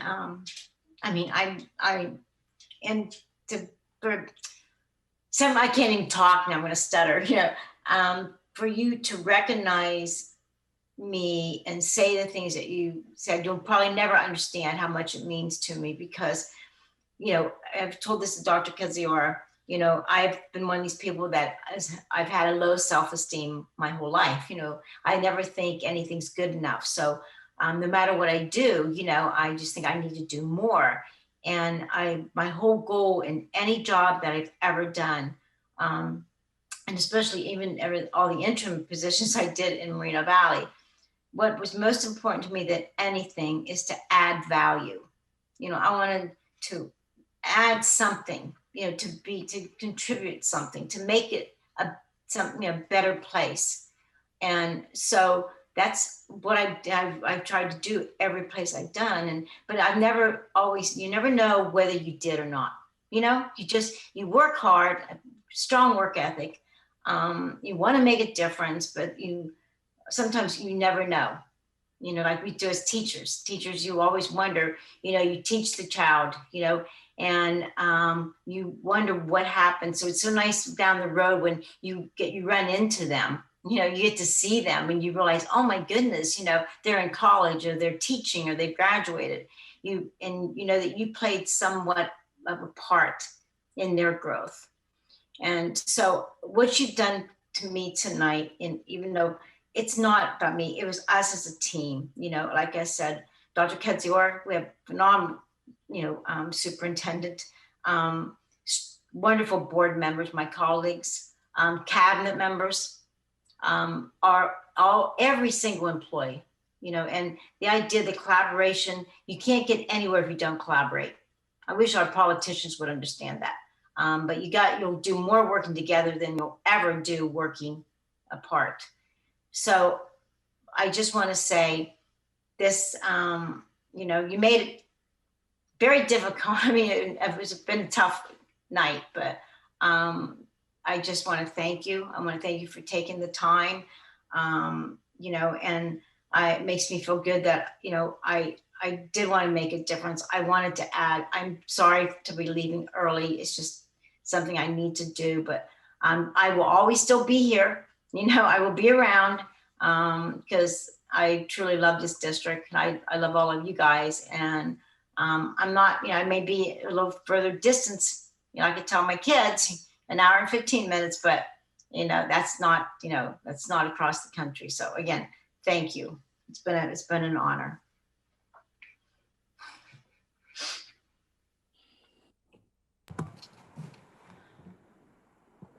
Well, okay, so I'm going to start my comments by referring to the LCAP and the budget. And I want to say one more time to Susana Lopez and her entire team, thank you for putting the budget together and keeping an eye on the moving pieces that are taking place in Sacramento and at the federal level. And it's been, I guess, an unusual year, but every year is unusual, right? But this time has been even more with what is happening and with the legislature and the governor, but keeping an eye on all those pieces to be able to provide this comprehensive report tonight, it must have been taking a lot of work, a lot of your time, your team's time, but it was a very well presented report this evening, and I appreciate all the work behind it, and I appreciate that again you're going to go back and have to revise it and bring it back to the board. So thank you for that. And then thank you for aligning the budget with the LCAP and the strategic plan, because that's an important piece too. And the importance of approving both tonight is to meet the requirements, to meet the deadlines. So I guess I have to say to Ms. Maddox and her team, thank you for all the work on the LCAP and all your team and everybody that work and putting pieces together for the LCAP.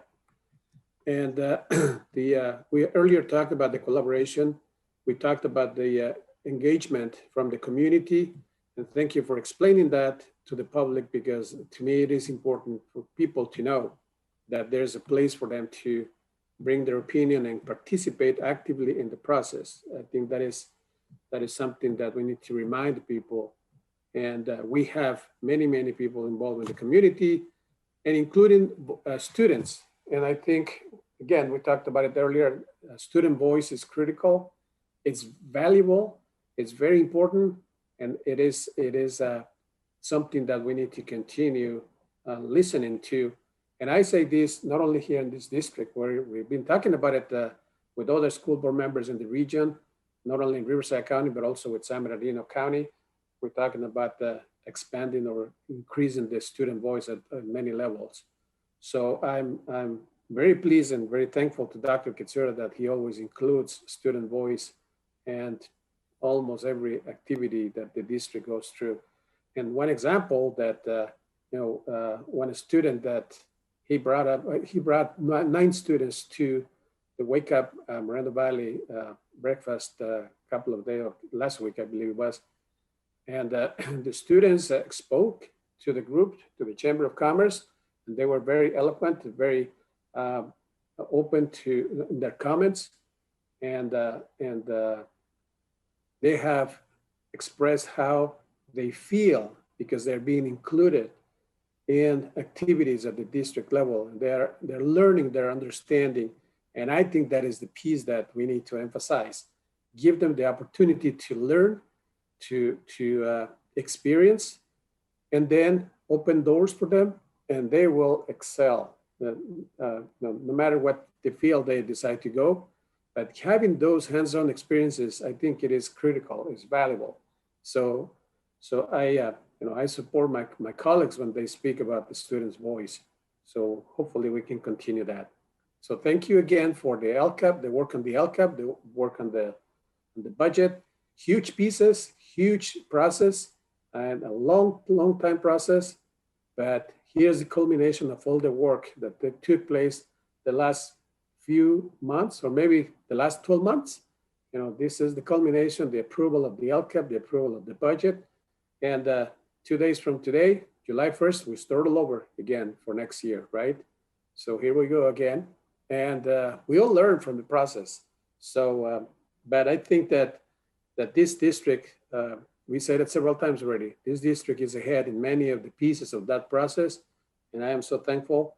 And I look forward for ways to support the superintendent and cabinet members and the entire team and continue moving forward with the process and for next year's LCAP and whatever other surprises that come with the LCAP and the LCFF, the local control funding formula and the budget and all those different pieces. So thank you all. And this evening, I was tempted many times to make motions, but I was hoping for Dr. Locke to make more motions before she left. So I had to keep quiet for a while and waiting for Dr. Locke. But anyway, I just want to say my last comment here. Dr. Locke, once again, it's been an honor working with you. Thank you so much for your commitment, your dedication, your work, your insights, your opinions. Again, the conversations that we had, I learned a lot from you. And thank you for your willingness to have those conversations because, again, I learned a lot. And not only the content, the topics, but just by having that conversation with you, whatever the topic was. And I appreciate that opportunity, but mostly I appreciate the opportunity to work side by side with you and the different pieces, different times that you call and ask questions. That was huge to me because you asking me, and I had to ask you several times too because you had expertise in other areas that I do not have.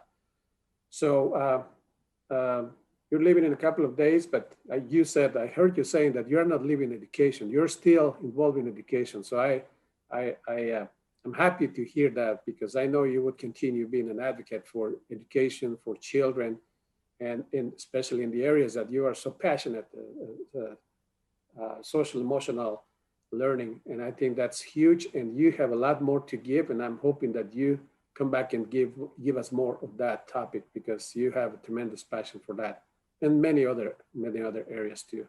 So congratulations in your walking away and good luck to you, whatever you decide to do again. And looking forward to somehow continue having communication with you. And you're welcome to come back and visit us anytime. And we have those Saturday calls, you're familiar with those. You're also welcome to join us anytime you wish. So thank you so much. And we'll continue seeing you down the road. Yeah. So good luck. Thank you. I guess I'm next. Well, Jesus, since you ended with Dr. Locke, I think I'm going to leapfrog and start with Dr. Locke. I remember when we first met her, you and I were I think it was in Palm Springs, attending a seminar or something, and she was there as well. And at the time, she was just running for the school board position, I believe. And but I think before we left, we found out that she had no one running against her.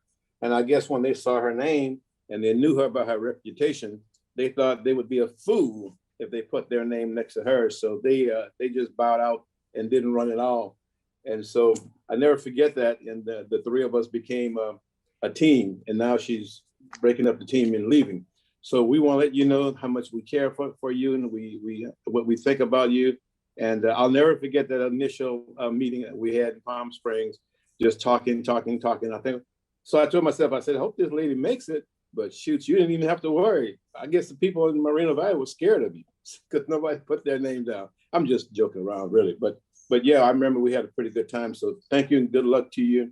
If you ever need anything, you know, we are right here. We're still your pals, and we're not going to ever forget you. And I also want to take some time to say something about our financial lady. You know, Jesus knew everything she was talking about. All of us did to a certain point.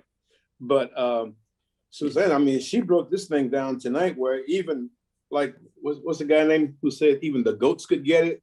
Even I got it. I mean, Suzanne did a wonderful job. And I want her to know how much we appreciate everything that she's done to help us to build up this great district that we have financially. And she and her team work tirelessly, and just want to make sure that I say how much we appreciate her. And then tonight, we also had a report from this great lady that I started to talk about in a minute. I was going to mention her first, but I started talking about Dr. Locke. But I remember the first principal that Jesus brought me to her school. And I didn't know anybody. I hadn't met anybody except Jesus. But I remember he said, I want you to meet this principal. And of course, that was Mrs. Maddox. So it's the first person I ever met. And man, she has not let me down. She is a very great person. And now she's working with us. And she gave an outstanding, lengthy report. And I really appreciated that. But I want her to know that I never forgot that first night that we met. Even though she didn't look like she wanted to talk to me, she wanted to talk to Jesus because, you know, she probably figured he's not gonna make it anyway. I don't know. I'm just joking, but she was very nice then, and she's very nice still. So I want to make sure I said that to her. And then I guess I also want to just say, Mr. Peden, man, you done. I tell you what, I don't know how long you studied this agenda, how many folks you got with, man, but whatever you did a wonderful job leading us tonight in this agenda. I really appreciate that. And, you know, and I appreciate the participation of everybody on the board, but I just want to make sure that I highlighted that because I did write that down, and there's no sense in me writing it down without verbalizing it. So thank you very much for orchestrating this meeting and leading us to the point where we are right now. And with that being said, I'll just pass it on. I'm done. Thank you very much. And good luck, my friend from Palm Springs. I would just say, well, Mr. Johnson, thank you for acknowledging that. But I don't deserve the credit in terms of, you know, being able to, you know, do an okay job facilitating. I think it goes back to Mr. Holguin's comment, and what we all believe here is that, you know, you get real results when you allow young people to have voices. And to be honest with you, I learned how to run a board meeting and with parliamentary procedure, Robert Scholes, when I was in high school.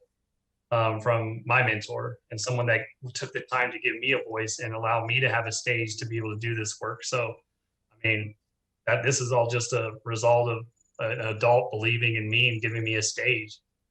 So, you know, hats off to all of you that do that on an everyday basis because, I mean, the result, it shows up, right? So I would also add that, I don't know, I mean, I don't really, I have a lot to say. I just don't know what to actually say. I mean, I've lots been on my mind as it relates to Dr. Locke leaving us. You know, it's not every day that you get to work with, you know, with a catalyst, right? With someone that's actually a change maker. But with that said, I've been doing a lot of thinking that, you know, I think Dr. Locke would agree that it's not it's not just her. It's what has been created over several years with all of us. And I think you all would agree that we've become a really good team. And this isn't just our board, but this goes out to broaden out to the cabinet and Dr. Kidziora and all of our staff. You know, when I think and sum up the last couple of years with Dr. Locke being on this board, you know, I always go back to Maya Angelou's quote that, you know, when she talks about do the best you can until you know better. And once you know better, do better. And I think that really sums up, you know, the last couple of years that, you know, anybody that thinks any of this is easy, you know, really don't have an understanding, you know, the work that all of us do and the collaboration and the disagreements and, you know, we don't always agree, right? And there's a lot of work that goes into all of this when decisions are made. And sometimes there's friction. Sometimes there's definitely friction. But we come out of it better because we're willing to listen, we're willing to learn from each other, and we're willing to do better. And that's for all of us. I know I've grown since I've met all of you. I've grown since I've met Dr. Locke. I mean, we've had a lot of conversations, same as I've had with many of you. And, you know, I just want to just tip my hat. I'm not wearing a hat, but if I was, I'd tip it to all of you and for the work that you do. And I'm not like the greatest person at acknowledging people's work. You know, I kind of feel like, you know, we're here, let's just do the job. We don't need to be, you know, acknowledged all the time kind of thing. That's just how I am. But there is time to do that and it needs to be done. And all of you invest so much time into your work. And Dr. Locke, your career in education goes back many years and you've dedicated your time and effort and you become an expert in your field and you brought that service to our district and it's going to change lives, not only today and while you're on this board, but continuously. You've had an impact here. And I say that to all of you. I've recognized in the past, I mean, I continue to recognize the amount of work that every single one of you do, and especially my colleagues and Mr. Olguin going to, you know, making sure that he's sacrificing his time to show up and be present. That matters. Same thing with Mr. Johnson, always present, ready to be there to make sure that we're acknowledging our staff and everybody that's working. And Ms. Smith, your experience with being an educator is valuable. And you never shy away from making sure that you have a voice at the table. And when you look at us all together with the cabinet and Dr. Kidziora and us board members, I mean, we have diversity here, right? And we all show up. And so anyway, I'm just blabbling. I'll stop, but I'm just really proud of what we've been able to accomplish in the last 2 years with this team. So I guess I'm kind of mourning that this team is going to be missing one of its members with Dr. Locke leaving. So I guess we just have to deal with it and we'll have to get over it. But I'm hopeful that somebody that fills Dr. Locke's spot has the passion, the drive, the ambition, and you know, is here for the right reasons. And if you're here for the right reasons, you're willing to learn and listen to each other, then we're going to be able to have a really solid collaborative team that's really going to do great things for the district and our community. And I'm looking forward to the journey. So thank you all. Dr. Verde, thanks for all the work that you do. You're always showing up as well, giving us reports, doing the work. I know I dabble in the human resource side of things, and I know that ain't easy. So I appreciate you and Ms. Maddox and Ms. Lopez, appreciate you all as well. And of course, Dr. Kidziora. So, and then of course, I know Claudia, you're not on a camera, but you know, you hold all this together. So thank you so much. And Mr. Rivera, he's here, but he's not on camera, but he's always making sure all this works. So thank you for that. Anyway, I'll digress and back off here. Dr. Kidziora. My goodness. I know, I just want to say, you know, I hope that CJ, you remember where you met me, because you've been talking about wherever you met everybody tonight. I didn't know we all had these like identifying moments where it happened, but I was trying to think of where I met y'all, but I don't remember. I just remember meeting you. But I met you in Palm Springs. I met you at this. I'm thinking, wow. So that's pretty significant. Dr. Locke, you are to feel really good that he remembers the moment he met you. Well, I just want you to know that Dr. Locke, when I met you, I was new here and I really didn't know you, but do you remember the first job that you did? You were assistant principal at Sunnymead Elementary School. And, you know, I think the thing I really admired about Dr. Locke was she was an assistant superintendent in Riverside Unified, but there wasn't anything she wouldn't do, any job, it wasn't beneath her. And when she went there, she really like did things with kids that, you know, a lot of people don't know, but she really got to know them and their stories and tried to help, you know, while she was there. And when you say you add value, every position that you had, you added value. I got so used to Dr. Locke subbing in positions that there was a time when she didn't want to one time. And they said, she said no. And I said, what? And I thought, I cannot do this without her because I became dependent or addicted or something. But I went to her house and I knocked on her door. And I think her sister was visiting. And I said, Dr. Locke, I can't believe you're going to say no. And she says, well, Dr. Kidzura, I don't, you know, my schedule. I said, we'll work with your schedule. You just need to tell us what you need and we'll do it. Because every position that she helped in, I was appreciative of how much she did, but how much she helped others that were in the position while she was in it. And you don't know that always because when people take positions, sometimes they fill in and they do it, but when she did it, it was so value added. I mean, people got better and stronger in what they did and more confident.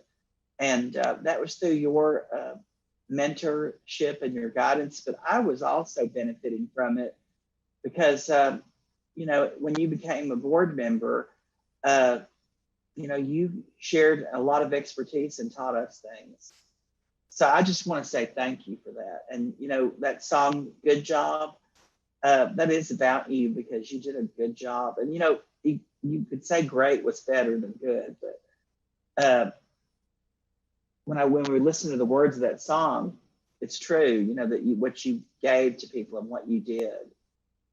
So I want to thank the interns, you know, Dr. Locke, that helped with this because I didn't tell them to do this until I think it was last Thursday, wasn't it, Claudia? Yeah. And because I knew what was coming, but I didn't want to deal with it, I guess.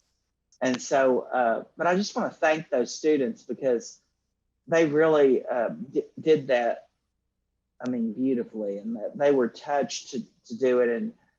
And it just means a lot that you have that kind of connection without even knowing it. And so, Mr. Peden, I just want you to know the thing I learned the other day at the Chamber of Commerce, when these students got up to speak, they talked about me a lot. And they've never said it to me personally, but they told a whole room of people they don't even know. And I just want you to know the power of acknowledgement because I walk around all day long and some people I compliment and others I coach or others I, you know, give feedback. But to these young people, I'll say something to them. And when they got up to speak the other day, they said, Dr. Kidzura complimented me. He told me something, you know, I'm just thinking, like, I didn't know how much it meant to people, but it does. It means a great deal, especially when you're in positions of leadership, like we are. Our influence is boundless, and students, they need this more than we know, and they want to know that they're doing what we want them to do. And sometimes in their own lives, they don't get told that very much. And, you know, I didn't realize, like I told Claudia when we got done, she was there.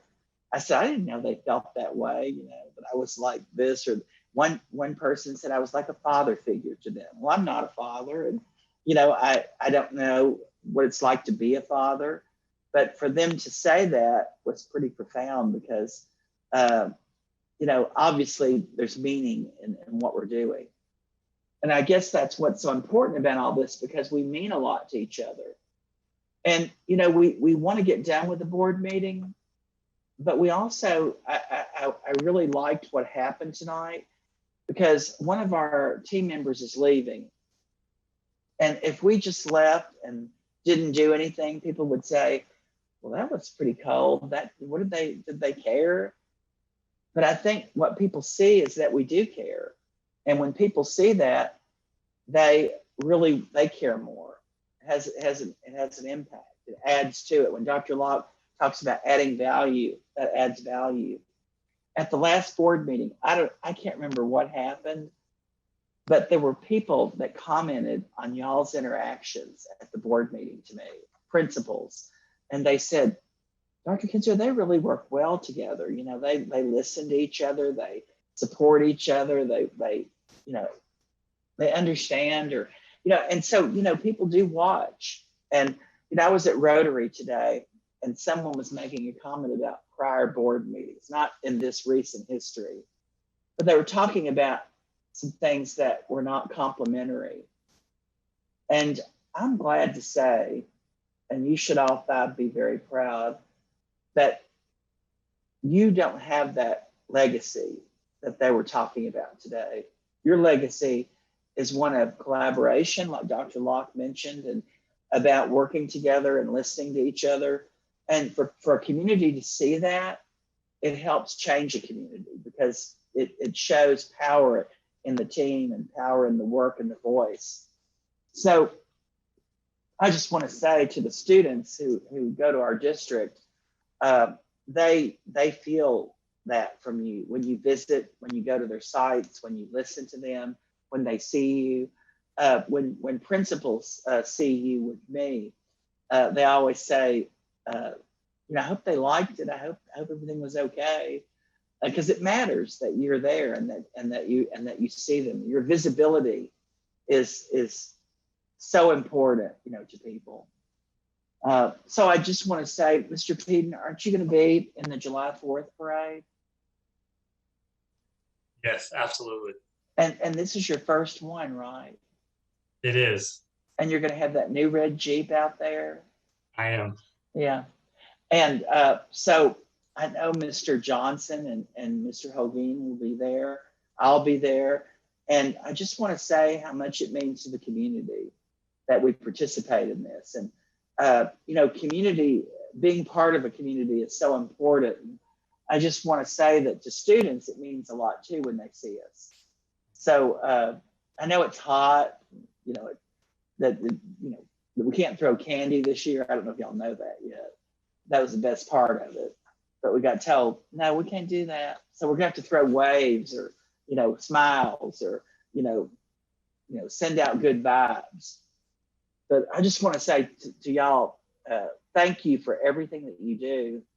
You're always thanking us, but Dr. Locke, you showed us what good governance can be, and you worked with us with CSBA to develop a governance handbook, and to show all of us that we have a place in this process, and that we listen to each other to understand, like our 11 commitments, that we use good manners, and you know, it says a lot. And I just want to say that because you know, when I was at Rotary, you know, they're telling the past about Moreno Valley. Sometimes they're mentioning things that I'm thinking, oh God, I hope they don't think that about us. and I know they don't, but I just, you know, that's so important that we demonstrate and represent in the manner that we do, because that's important for, you know, what people are seeing and how we're accomplishing things. And I just want to remind everybody that August 7th in our district is going to be Reunion Day. And that's a Saturday. And we're going to have events at all of our schools so that people can come back and feel the connection.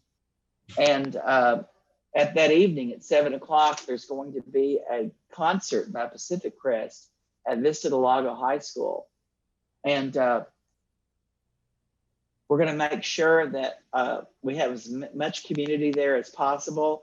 But I just want to say I'm looking forward to this, and we'll keep talking about it, but it will mean a lot. You know, as students come back, you know, they worry when they come into schools because they haven't been there, and their parents worry. I remember when I was at the first day of school, I remember, you remember this, Mr. Helgeen, that middle school parents walked their kids to class at Landmark and Mountain View. And they stood there and they watched them go into the door, and the principals didn't make them leave. But I thought that was really wonderful that people wanted to walk their kids to class and to see where they were and to be there with them. And I just think this reunion day on August 7th is a big part of this. And Dr. Verdi was instrumental. I told him this idea, and he was instrumental in working with the unions to accomplish it, because it's one of the days that they can come and do prep that day too. So thank you, Dr. Verdi. And so I just want to say, I hope that, you know, when we get to August 7th, that we're all present and there and supporting our community, because they need us and we need them. And we need our students to know that we want them back in school on August 11th, and that we care about them. And, you know, I just want to say, Dr. Locke, thank you for everything. And this has truly been the hardest day and the hardest week. So Ms. Smith, I was trying to take up Mr. Johnson's time, Mr. Helgeen's time, everybody's time, because I thought I'm gonna keep talking and then we're gonna have to call for a vote. You just did a fine job. But I'm not. So thank you, everyone. You're quite welcome. Thank you, Dr. Kiziora. All right, with that said, we are adjourned. Can you call the time, Mr. Peden? I don't want to. Yes, we're adjourned at 9:51 p.m. Thank you. That's not too bad. You beat 10 o'clock anyway. All right. Before we go, again, I want to thank you. And Claudia, I could not have done any of this without you. Your mentoring. Oh, Dr.